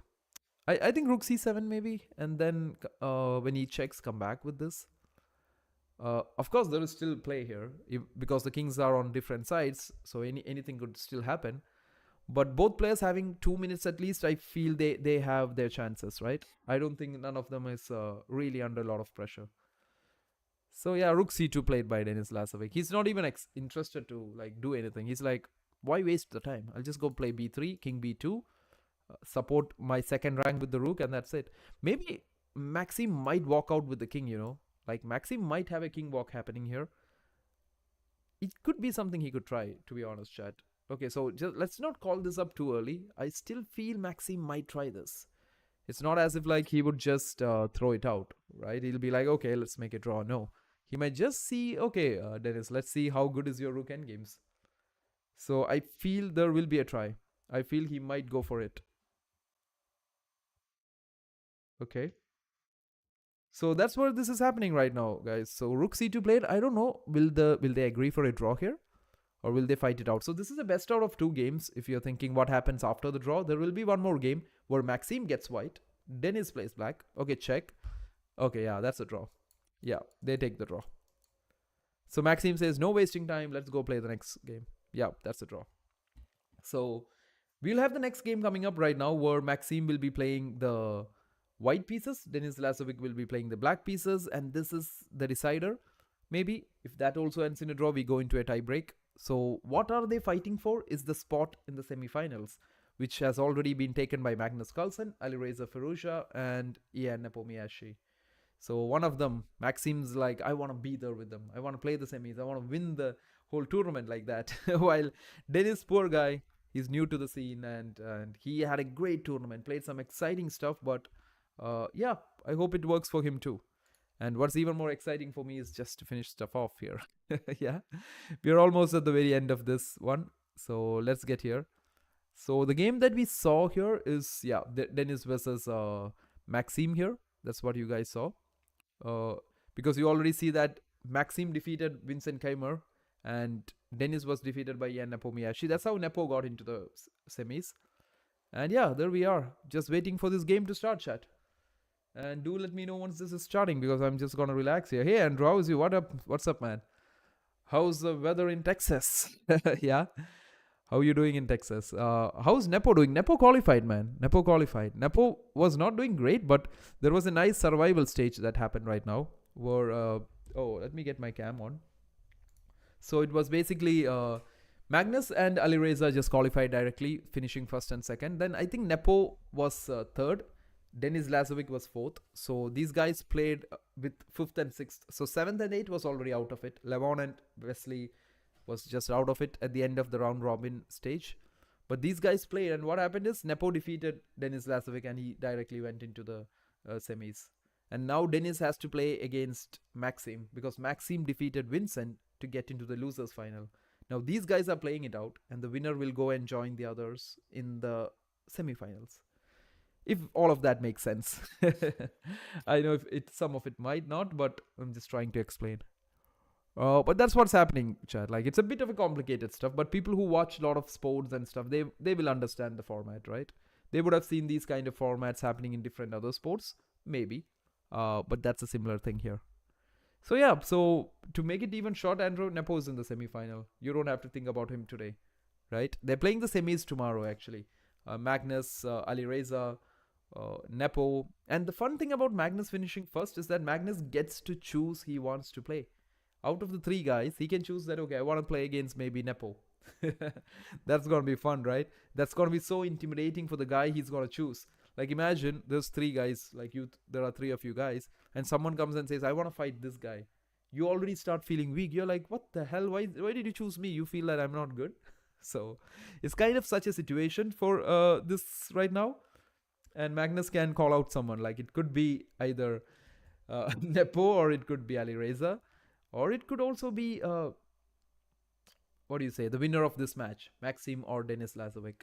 It would be fun if Magnus calls out Alireza in the first one itself. That will be totally predictable, right? Because everybody would be thinking that Magnus might look for an easier opponent. But what if Magnus just says, okay, I'm gonna play Ali Reza right in the next round, I'm just gonna beat him. So that would be interesting. But you never know, guys. You never know. This is getting boiling up to be very interesting. Do catch up tomorrow also. Tomorrow might be the last day I stream this Champions Chess Tour. I don't know if I'll be doing the finals because I'll be traveling and having some good time off before the World Rapid and Blitz. Because from next year, guys, you can see me playing a lot of these stuff here. Like we'll just play games and all. Right now, I'm just watching it with you. You can see this like a watch party or something. But yeah, do you think he chooses the weakest player to almost guarantee a win, or do you think he chooses the strongest to test himself, like Goku? I think you know what, and try. So everybody's got to like, for example, let's imagine Dennis wins this game, Lazovic wins this and goes to play Magnus. Everybody will be thinking like, okay, out of Nepo, Ali Reza, and like Dennis Lazovic, he would choose Dennis, right? But what if he chooses Ali Reza? That would be destroying Ali Reza's confidence, right? He'll be like, what? Why do you choose me, man? So uh, that is one thing. Because but if you're thinking smartly, choosing the weakest could be the easiest way to get through, because there's a lot of money on the line and you don't want to lose it, do you? That would be one reason, but I think thinking the reverse way or the reverse psychology would also work there. So that could also be very interesting to see. But yeah, nonetheless, we will see that tomorrow what happens. But anyways, that's how I think this would turn out to be. But yeah, just waiting for the final match, guys. I thought of dropping off maybe after the Nepo thing. I mean, after the Magnus stuff. But then I thought, like, let's do this. Let's just finish this off, because it's not fair just that you drop away, right? Okay, here comes Maxim with e4. Denis Lazovic comes with the Sicilian. Oh, knight c3 variation. Are we seeing the so this is the classical Sicilian, guys, with the accelerated dragon. This is a Sicilian dragon we have here. So bishop c4, d6. No, he's still not playing d6. That is a big question. I think d6 will happen. Rook e8. Okay, so Lazovic seems to be prepared here in the dragon. Rook e8 is a bit surprising, chat. Okay, castle shorts. He doesn't want to go this way. d6 played finally. f3. Are we going to see f3, chat? No, h3. Okay, just to stop maybe knight g4 here. Bishop b3, trying to get this bishop, which is a very important piece here. Looking down at this diagonal. Knight a5 played by Denis Lazovic. I like the way Lazovic is playing, right? He seems really prepared right now to like throw in the dragon. You can predict Magnus. Yeah, we were actually doing this Magnus games, Gautam. We were actually doing Magnus playing these games till yesterday and day before yesterday, and today we were doing the Magnus games only. But unluckily, Magnus just finished first in the group stage and he just went on. So we don't have Magnus games anymore. So we had to do with these guys now. I'm not saying they're just weaker or anything. Everybody is really good. But yeah, I think Magnus might choose Ali Reza, like it would be really fun. I think Magnus would win this whole thing. He has won it last year, or it could be Ali Reza too. So it's a fun semi-finals because there's a lot of strong players. It's Magnus, Ali Reza, Firouzja, it's Nepo Miyashi. They're all very good. They're all very good at this. So it will be a very strong semis. Magnus could even be just knocked out in the semi-final, even though he's the favorite to win it. Bye, Bishop. Yeah, goodbye for this Bishop, isn't it, Andrew? That's true.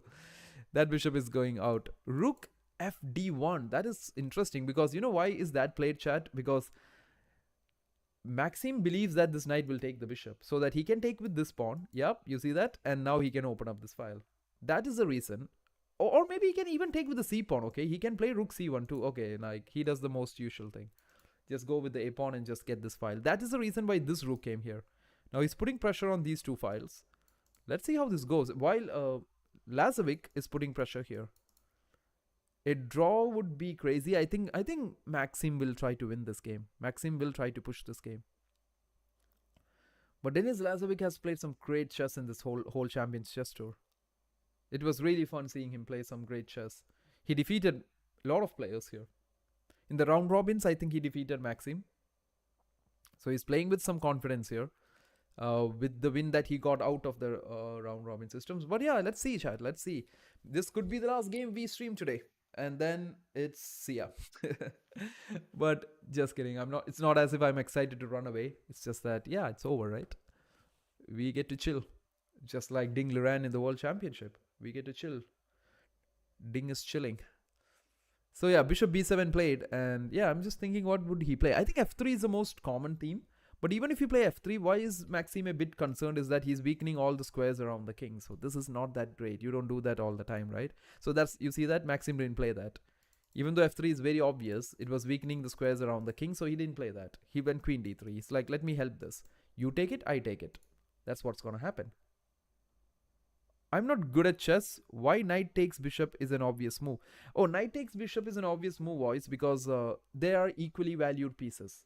The knight and bishop has 3 points each, right? So that trade is basically considered as an equal trade in chess. It's not like anyone is getting a better advantage or anything. So basically they have equal points. So when you trade a knight and a bishop, it's a trade that we consider, it's an obvious trade to happen because nobody is getting hurt too much. But still you do it according to the positions. But at the end of the day, it's an equal trade. It's equal to like trading a knight for a knight, or like a queen for a queen, or a rook for a rook. So that's an equal trade happening, right? So that's the reason. The bishop had a strong position. Yeah, that is also true. If you go there, right? Let's just explain that in that moment. Where was that position? So yeah, if you look at this voice, you see that this bishop is a very strong piece here, isn't it? Looking very strong at the king in this diagonal, while the knight was at the corner doing nothing. The knight came there only for one reason, that is to get this bishop. No other reason for him to come to the corners, right? Yeah, so just letting you guys know. But anyways, queen c8 played, chat. Like, interesting move. I think the queen, it's not really obvious. Something like bishop a6 at some point, or just creating more pressure here, or maybe something like bishop c6, queen b7, putting more pressure on this diagonal. That's what Maxime is trying to do here, and controls more squares. Yeah, true, Andrew. Yep. So very interesting to see what Denis Lazovic is trying to do with that queen on c8. It would be super exciting to see what is he going to do. The knight comes to d7. Okay, that is something we are able to understand. It is either to go to e5 or c5. We will get to see where it is going right now. Will he trade this bishop, chat? I don't know. Will he play bishop h6 and keep it on this diagonal, even though this is really risky to keep it there? Or is he going to put knight e5, knight c5, something like that? Knight e5, I don't know what, like, I know it's attacking the queen, but at some point, I don't know, f4 could kick it away easily, since h3 is there. Is he going to play bishop h6, or is he, like, bishop f8 doesn't make sense, even though you want to preserve the bishop. What about bishop h6? I think the natural idea is to try bishop h6, right? Just keep the bishop on the board. I usually call it the dragon bishop, you know. So take it, knight takes it. The trade happened. A bit weak for the king, but yeah, it's okay. Queen c5 comes in. Okay, so the next plan is to get the knight to e5. But since this b3 pawn is there, that's a very important point for Maxime, right? The most important point here for Maxime is that since the b3 pawn is here, this knight can go to e5, attack your queen, but it just cannot come to c4. It's just not possible to come to c4, isn't it? So yeah, looks fine for Denis as of now. Lazovic has played a great tournament as of now, but I hope he makes it. Actually, it would be fun to see him play the semis. He'll be the dark horse, or he'll be the underdog there. And we always love to have some underdogs in the tournaments, right? Like, but if Maxime wins it, it will be a light level of semis, guys.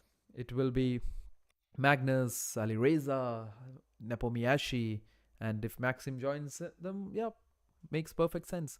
So knight f3 by Maxime. I think trying to stop knight e5. Yeah, true. We were talking about knight e5, right, chat? So they just played it just to stop knight e5. They go a6 here. So the plan of a6 is just to play b5 and just expand and kick the knight away, creating c2 as a weakness here.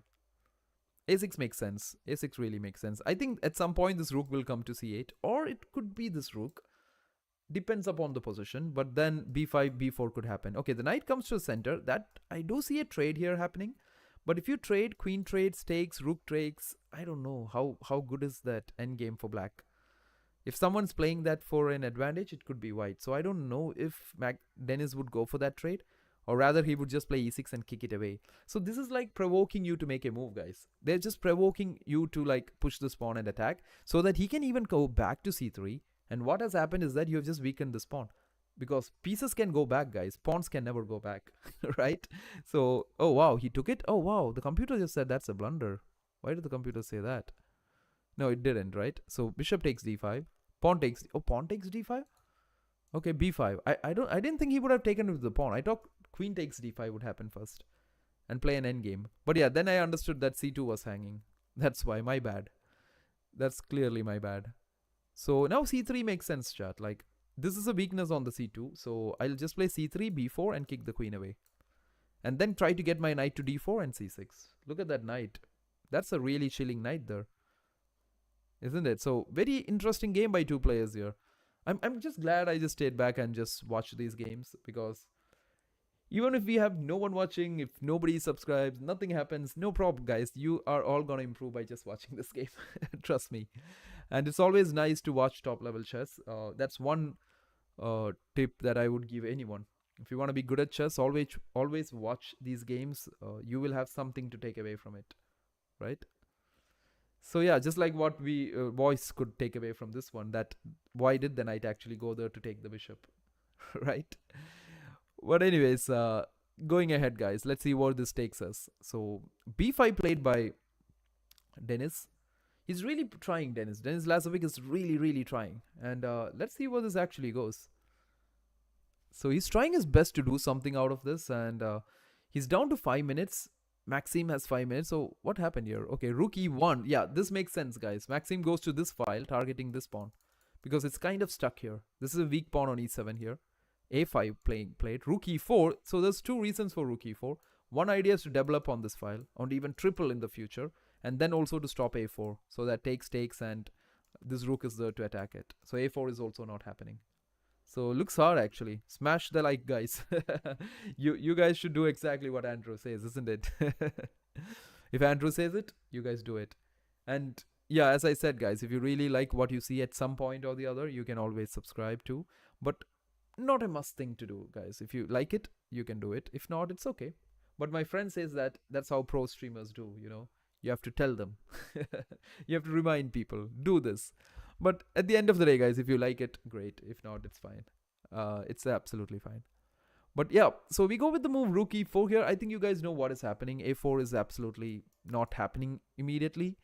Yeah, so Lazovic might be slowly running out of plans here. Knight f6 seems to be very straightforward. Hit this rook.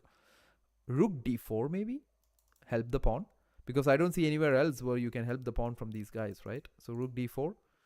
Yeah, this rook is like weirdly placed on d4, to be honest. Oh, so we have some moves, guys. b4 played. Oh, these things happened actually. Okay, so rook e4, knight f6, rook d4, b4, knight here. So that's very easy to understand where the knight is going. He's going to c4, and from c4 he's going to attack this along with the rook. That's a plan. That's definitely a plan here. Or he might also be planning to go here and trade off for this knight too. So here, knight c4, yeah, we were talking about that. Queen b5, knight e3. Okay, so is that queen trade really gonna help him? Because takes here, what are you gonna take it back with? Rook? Okay, sorry chat, like maybe with the rook, and yeah, I think now the knight will go back to c4. Right? Now the knight can just go back to c4. That looks absolutely fine. This is interesting. Looks equal, but you need to be very precise to play this well. This endgame. So basically, Maxime is trying to get a position where he can play. He can play in forever. So yeah, the trade happens, rook takes, and yeah, there we go. I think knight c4 is coming up. Oh, not immediately, because you lose the pawn if you play knight c4 here. This pawn will be gone. So you don't want to do that. What can you do here? You can keep it like that if you want, actually, chat. Like, or do you want to play the rook? No, this rook looks good here, right? Yeah, rook d4, the threat is very easy. Tactics. Always spot your tactics, right? Rook takes b4. You can't take back because rook takes a8. So that is even more crazier. So fun stuff here. Fun and interesting stuff happening. So that's why. Don't miss your tactics, chat. Never miss tactics. Look at the opponent's last move, right? He just played this. Always ask yourself, why did he do that? Why did you do that, man? I'm not saying don't ask him in his face, okay? When you're playing, don't ask him on his face. Why the hell did you do that? Don't do that. So rook b8 happens. Now that is something you should actually ask him. Why the hell did you do that? Because I have no idea why did he do that. What is this rook doing on this file? Wow. Denis Lazovic has really found some very deep ideas, or we don't get it, or we are not getting it. Okay, so basically he might have done it, chat, just to stop this whole thing, right? Yeah, that's true. Otherwise, there was no way to stop rook takes b4. Okay, yeah, that makes sense. There was no way to stop that rook takes b4. So that's why he did it. Okay, good for him. King comes out, makes sense. King here, king here. Just give some extra help for the c2 pawn. Make your pieces free. Let them play. Let the king come to the center in the endgame. So this is where we are. This could be the final match of the day, and we are done. We will know who will be the people facing off in the semis. It will be, as of now, it is Magnus Carlsen, Ian Nepomiyashi, and Alireza Firouzja. The winner of this match will be the fourth person into the semis. Is g4 an option, chat? Can I play g4? Because if he takes, yeah, there you go. If he takes, I take, right? Then I even play h4. I go here, I go here, I go here, I checkmate him. Game over. Just kidding. All this is not happening, chat. But just letting you know my dreams, right? My dreams. But usually people don't play g5 because you're giving a lot of squares out. You're giving this square, you're giving f5. So you basically don't do that. This knight might be going this way, okay? Knight d7, knight e5. That's a plan. That's definitely a plan. I don't know about the rest of the things. I don't think g5 is a thing here. Yeah, f4. Yeah, good. That's more interesting. You see that he's trying to take away all these important squares away from the black pieces. Now maybe you can play g5, but I won't be super excited about g5. I think king g2, king f2, get the king g3. Yeah, king g2 played. It's just that otherwise this rook was planning to come this way. So you don't want that rook to do that. This is actually dead equal here, but the time trouble could be a thing. So 3 minutes for each players now. 3 minutes 20 seconds for Lazovic. 3 minutes or close to 4 minutes for, what do you say, Maxime. So as I told you before, Maxime is a former world blitz champion. So for him, this time control has to be fine, right? He's a world champion in this time control, so it has to be fine.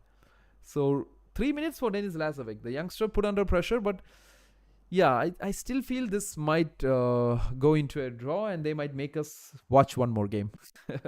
But trust me, there will only be one more game because if this ends in a draw, because the tie breaks is in such a way that the player playing the black pieces has to win. So it's kind of obvious. There's no membership on yet.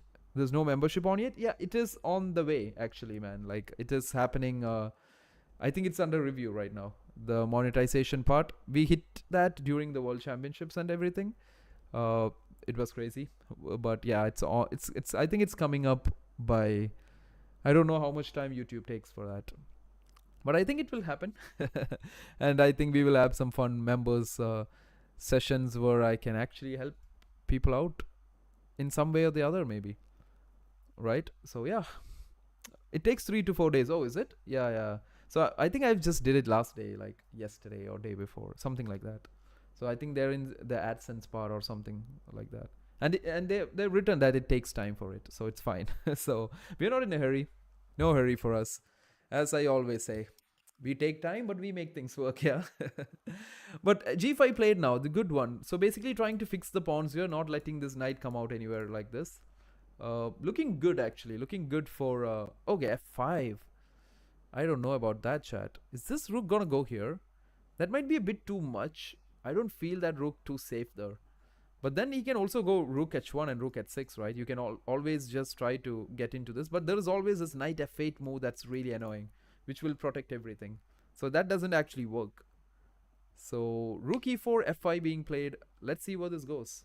And if you guys, if I just forgot to say that, if you guys want to connect or if you guys just want to have some chat or anything, you can always get in touch on me with Instagram.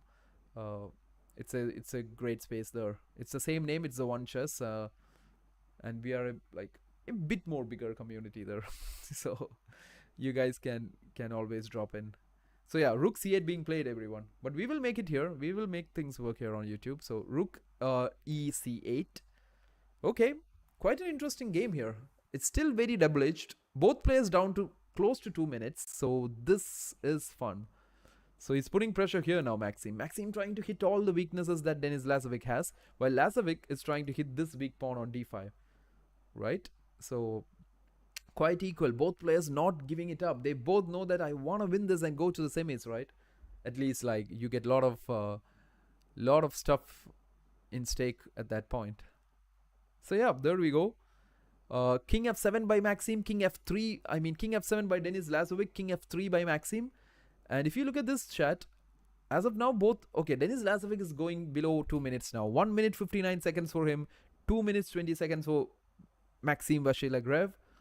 So will Maxim and his experience playing the blitz like for years be much better to take down the youngster Denis Lazovic? I really wish Lazovic did it today so that we see an underdog in the what do you say in the semis. But yeah, if Maxim plays well, it's all good. So King f3, good for him. I don't know what. So basically, what is Lazovic getting stuck here is that he doesn't see a plan. If you ask the computers, maybe the computers would say, let's just play left and right. Let him do anything, right? Keep waiting. Okay, so basically, Lazovic is doing that with his rook. He's like, I'm gonna go up and down with the rook. So that makes sense, right? That makes a lot of sense. Rook c7 played. King comes to e2. Yep, I think the king is coming this way maybe to help it because there was no entry the other way, chat. You cannot enter here, so he's trying to enter through e2, d3, d4, which makes a lot of more sense, right? Yeah, this is interesting. Let's see.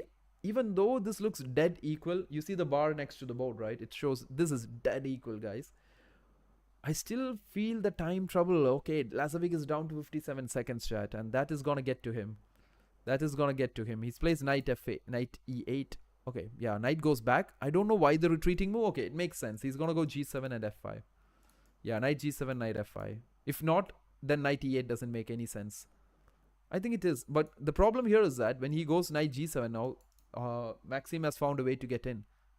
Okay, he breaks e6. Okay. Slowly, I think Denis Lazovic is losing it slowly. Like, he's losing the grip on the game. Maxim might go rook g1 now. Hitting on g6, isn't it? That's a weakness you can target. Let's see that. He might do that. He might actually go rook g1 and hit on g6 right now. Let's see. It would be so sad for Denis Lazovic. He was leading together with Magnus in day 1 and 2, and today was just a bad day for him. And he might be actually out of this whole thing just because of the bad day he had today.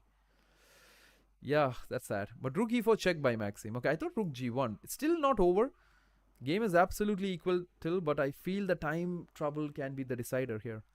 So 35 seconds left for Lazovic here. What do you guys think? I think this is over, man. Like, this is hard now. 29 seconds. They get 2 seconds extra, guys. So don't think the time is going to go down. They get 2 seconds for every move they make. So there is time to always make a comeback. It's not over. And if you think that, is 2 seconds enough? It is enough once you play a certain number of games of chess. You will have that experience. d5 being played. Knight e5 by Maxim. Maxim really tricked him. He wanted to get the knight this square. And now this rook will come to e2 and stop this too. Wow, that's real progress made by Maxim. He forced Denis to play d5. He tempted Denis to play that. And now this rook will come to this file, hitting g6. I think Lazovic, does he have to play g5? Rook g1. Oh, I think that was a mistake. Rook g1, rook g1, rook g7. Oh, so he's really struggling. 6 seconds on the clock, chat. As I told you, it's not easy. However equal is the position, it's just not easy when the time is low. 6 seconds. I hope he makes a comeback. What does he do here? He has to get this g5 break maybe to undermine this knight from here. Otherwise, this knight is just too strong. But g5, the problem is, like, takes, they have this even knight d7 check and get this rook. So, crazy stuff here, crazy stuff. Maxim trying to use all the experience he has, playing at the top of every format of the game, and putting pressure on the youngster. 6 seconds on the clock.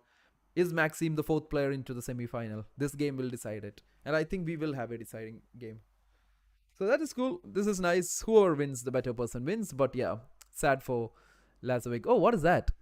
What is that? Check. Okay, so he's basically saying I get an extra pawn, but isn't this pawn lost? Won't he just take that for pawn? Maxim just gave Lazovic unwanted game right now. Like, okay, I'm just surprised why Maxim actually did that. He did a tactics, he got that, but at the end of the day, I don't know if it's really working. Does it qualify? Does Ian qualify? Yeah, Ian has already qualified. Ian qualified by beating Denis Lazovic earlier. So Ian, Ali Reza, Ian Nepomiyashi, and Magnus has already qualified. It's just one of these guys. So four people will be playing the semis. So yeah, I think Lazovic is really struggling. He's really low on time. He just can't find the best moves here. It's very hard, chat. It's very hard. You can't blame him. It's super hard. 3 minutes on the clock. Very hard to spot all the best moves. And that too again someone at the quality of Maxime. And if we can get Maxime low on time, that is something. But it's very hard. He's playing in 2 seconds right now. 4 seconds for him. Takes the next pawn. Rook comes in, blocks him. Maxime has still 20 seconds. That's the problem. Rook f5. King e6. Is knight e6 a threat now? So he moves out of the threat, giving some more chances for Lazovic. Knight f7, trying to hold on, barely, somehow barely trying to hold on. Trust me, guys, this is still not over. Maxime down to 14 seconds here. Nepo for the win, yeah? Knight e5, rook check. He gets it. Oh, but this rook endgame is losing, chat. Yeah, sad. Rook f2. Rook f2. Okay, that's a check, and then maybe go for this guy. First give a check, and then maybe go for that. Yeah, first give a check, and then go for the pawn. Oh, okay, now again the same idea, right? Oh, same idea comes up again. Now he'll just block it with the rook. Move the rook. Let's put it somewhere here, and then give a check. Send the king back. c3 will happen now. c3 takes. Oh, it doesn't take it. Try to keep things complicated. Check. c4, maybe. c4, but I'm just a bit bothered, yeah? Yeah, now king c4. Oh no, but still rook check, right? Oh, this is not easy, chat. This is not easy. No, I didn't know. Like, why couldn't he have just taken it? Was that a draw? No, right? Takes. Rook comes to h4. Oh, that's a nice tactics. Rook c4 check and then take it. Yeah, he has 2 pawns, but he has to get the rook down and get the king here and get the king out. Okay, so Denis Lazovic has helped him get the king out. Good. Rook c8. Rook c8 coming up. Oh, rook b4. Okay. c4 maybe here. Yep, c4, rook check. Get the king out of there again. No, rook b5. Check again here. Oh, okay, rook b8. Makes sense. Okay. Going this way around. Oh, that's a checkmate. You don't want to get checkmated like that, chat. Do you? That was almost a checkmate. Ah. Denis lost on time, I guess. Yeah. Sad. Sad for Denis Lazovic. So it is Maxim MVL. MVL making that comeback, chat, because he played against Vincent Kamer, won the losers bracket. Denis Lazovic lost against Nepo, came down from there, and then he had another chance, but very heartbreaking for Lazovic. Great performance, but it's just that he just couldn't make it there. He lost to Nepo. Today was just a worst day for him. Like, he lost to Magnus in the first place, like in round number 7. Then he went on to lose to Nepo in the, qualifier for the semis. Then now he's losing to MVL, but it's all with Maxime's experience, right? So it is Maxime. So it will be Magnus Carlsen, Maxime Vasilevgrev, Alireza Firouzja, and Ian Nepomiyashi fighting it out to win the Champions Chess Tour in Oslo, Norway. Right? So all you guys who are supporting Nepo, yep, I hope he does win that. So the funny thing is that, guys, at the end of it, Magnus Carlsen can choose. Magnus Carlsen now has the right to choose who does he want to play. So that will be exciting, right? Will he choose Nepo? Will he choose Alireza? Or will he choose MVL? That would be very exciting to see. As of now, whoever he chooses is not easy, isn't it? It's gonna be hard. I think it will be a tough decision for Magnus. Nepo, if he chooses Nepo, I would love to see Nepo's face when he chooses Nepo. Nepo would be like, what the hell? This guy bet me in a world championship game and now he's choosing me once. Like, that's loss of confidence, right? So anyways, I hope he doesn't choose Nepo and take away Nepo's confidence, chat. So this was the game we just watched. So as of now, that's the 4 players who will be playing the... I'll show you guys the schedule. So now we have the survival stages done. You can see below maybe there is the semi-finals and finals. So tomorrow, I think same time, it is the semi-finals happening between these 4 guys.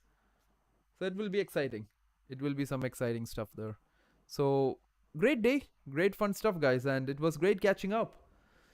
And I think my brain's not working anymore because I'm hungry. I don't know how many of you guys have this problem, but sometimes when your brain doesn't work, it's because you're too hungry, right? But nonetheless, chat, like, I'll show you a game. I'll put up a game for like sometimes that you guys can watch. This is one of that game I felt which was very very interesting. It was Magnus versus Denis Lazovic, today's round robin final game, which I felt was really nice to watch. Uh, so I'm just trying to get to that. So Magnus was playing white against him, so I'm just getting into it. Uh, yeah. So let's see the basic standings final. Uh, okay, so it's not updated in a way that Maxim is qualifying. So, but yeah, anyways, I think we have this Lazovic game. Yeah, this one. So do watch this game if you get some time, guys. And I'll leave you guys there. And I might be traveling, but I'll try to get up tomorrow. We'll try to do the semis too. Okay, so it will be fun. I hope you guys enjoyed the final few games between Lazovic, Nepo Miyashi, Maxim, Vincent Keimer, because there is a whole world of chess outside the mainstream people. Like, there is a world of chess outside Magnus and Gukesh and Dingleran and everything. And I hope you guys get there. Okay, so that's why I thought it would be nice to do it today. So yeah, I don't know. It just depends on the reasons. As Magnus seems to always have the confidence that's a light years better than pretty much everyone. If he thinks he can win, he might pick someone strong. If that, then you should be honored to be picked. Yeah, that is true, Andrew. I totally agree. But now it's like anybody's game. Magnus doesn't have any easy choices here. Nepo is strong. They're all strong blitz players. Nepo is really strong in blitz rapid stuff. Ali Reza, very dangerous, and also MVL. So it will be a tough fight tomorrow, guys. The semis will be absolutely a a treat to watch. You'll learn a lot of stuff there. Okay. So nonetheless, this is where I will leave you. This was a very instructive game, especially the end game. How Magnus took a very equal bishop end game and converted it out of nowhere. I really love this game from Magnus. That's how he does it, isn't it? So that's where I leave you guys. You all of you have a great day or night or whatever you're having right now, and I'll see you guys. Okay, I'll see you all. Have a great month. If you're having a vacation, do have a great vacation. And until I see you maybe tomorrow, you guys take care. Bye bye.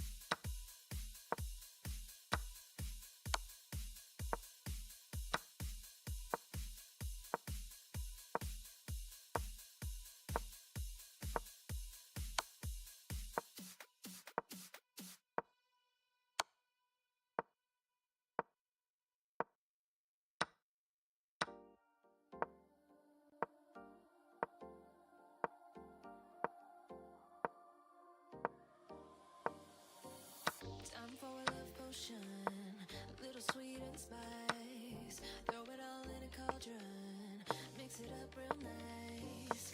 Fire in my eyes, stir counterclockwise. I dream of you all night. Filled with devotion, follow the signs. With this devotion, you will be all mine. I'm pulling you closer to me.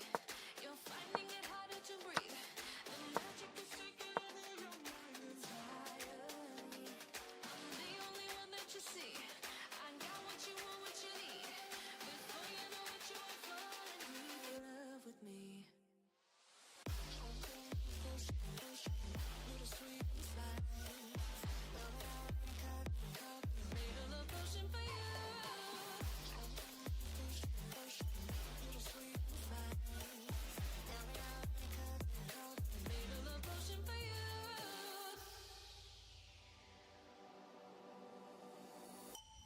This is the moment, no turning back. One drop on your lips and the spell will take effect. Under the moonlight, stay close to my side. We're burning so bright. Oh, oh, oh. Filled with devotion, follow the signs. With this devotion, you will be all mine. I'm pulling you closer to me. You're finding it harder to breathe. The magic is taking over your mind entirely. I'm the only one that you see. I got what you want, what you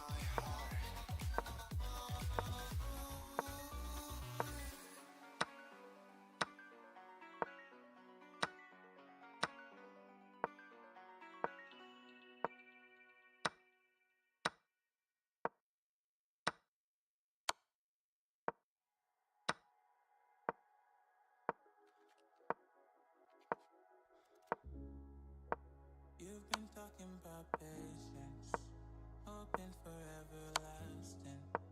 You're known for talking crazy. I know it's infatuation. You know how I feel inside.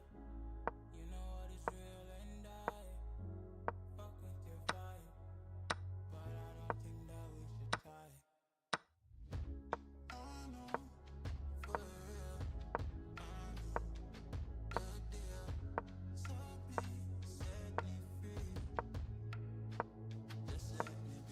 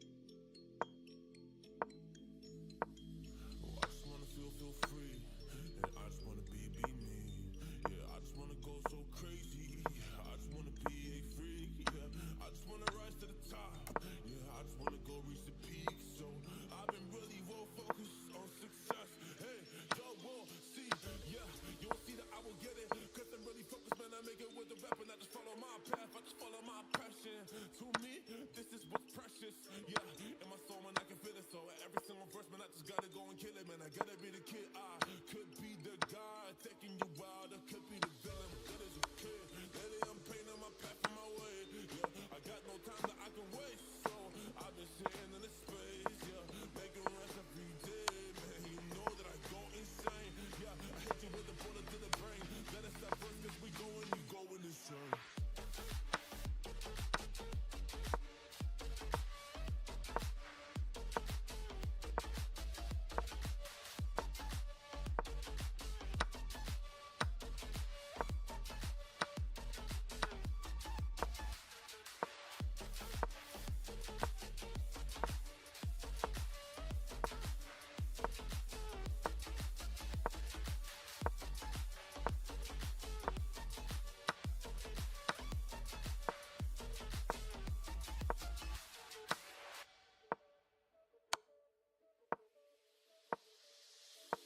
You don't know what I'm gonna do.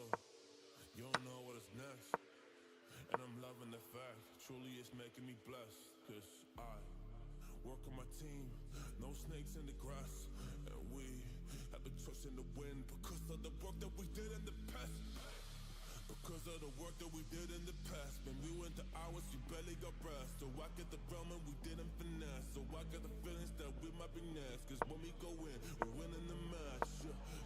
When we go in, we win in the match. So this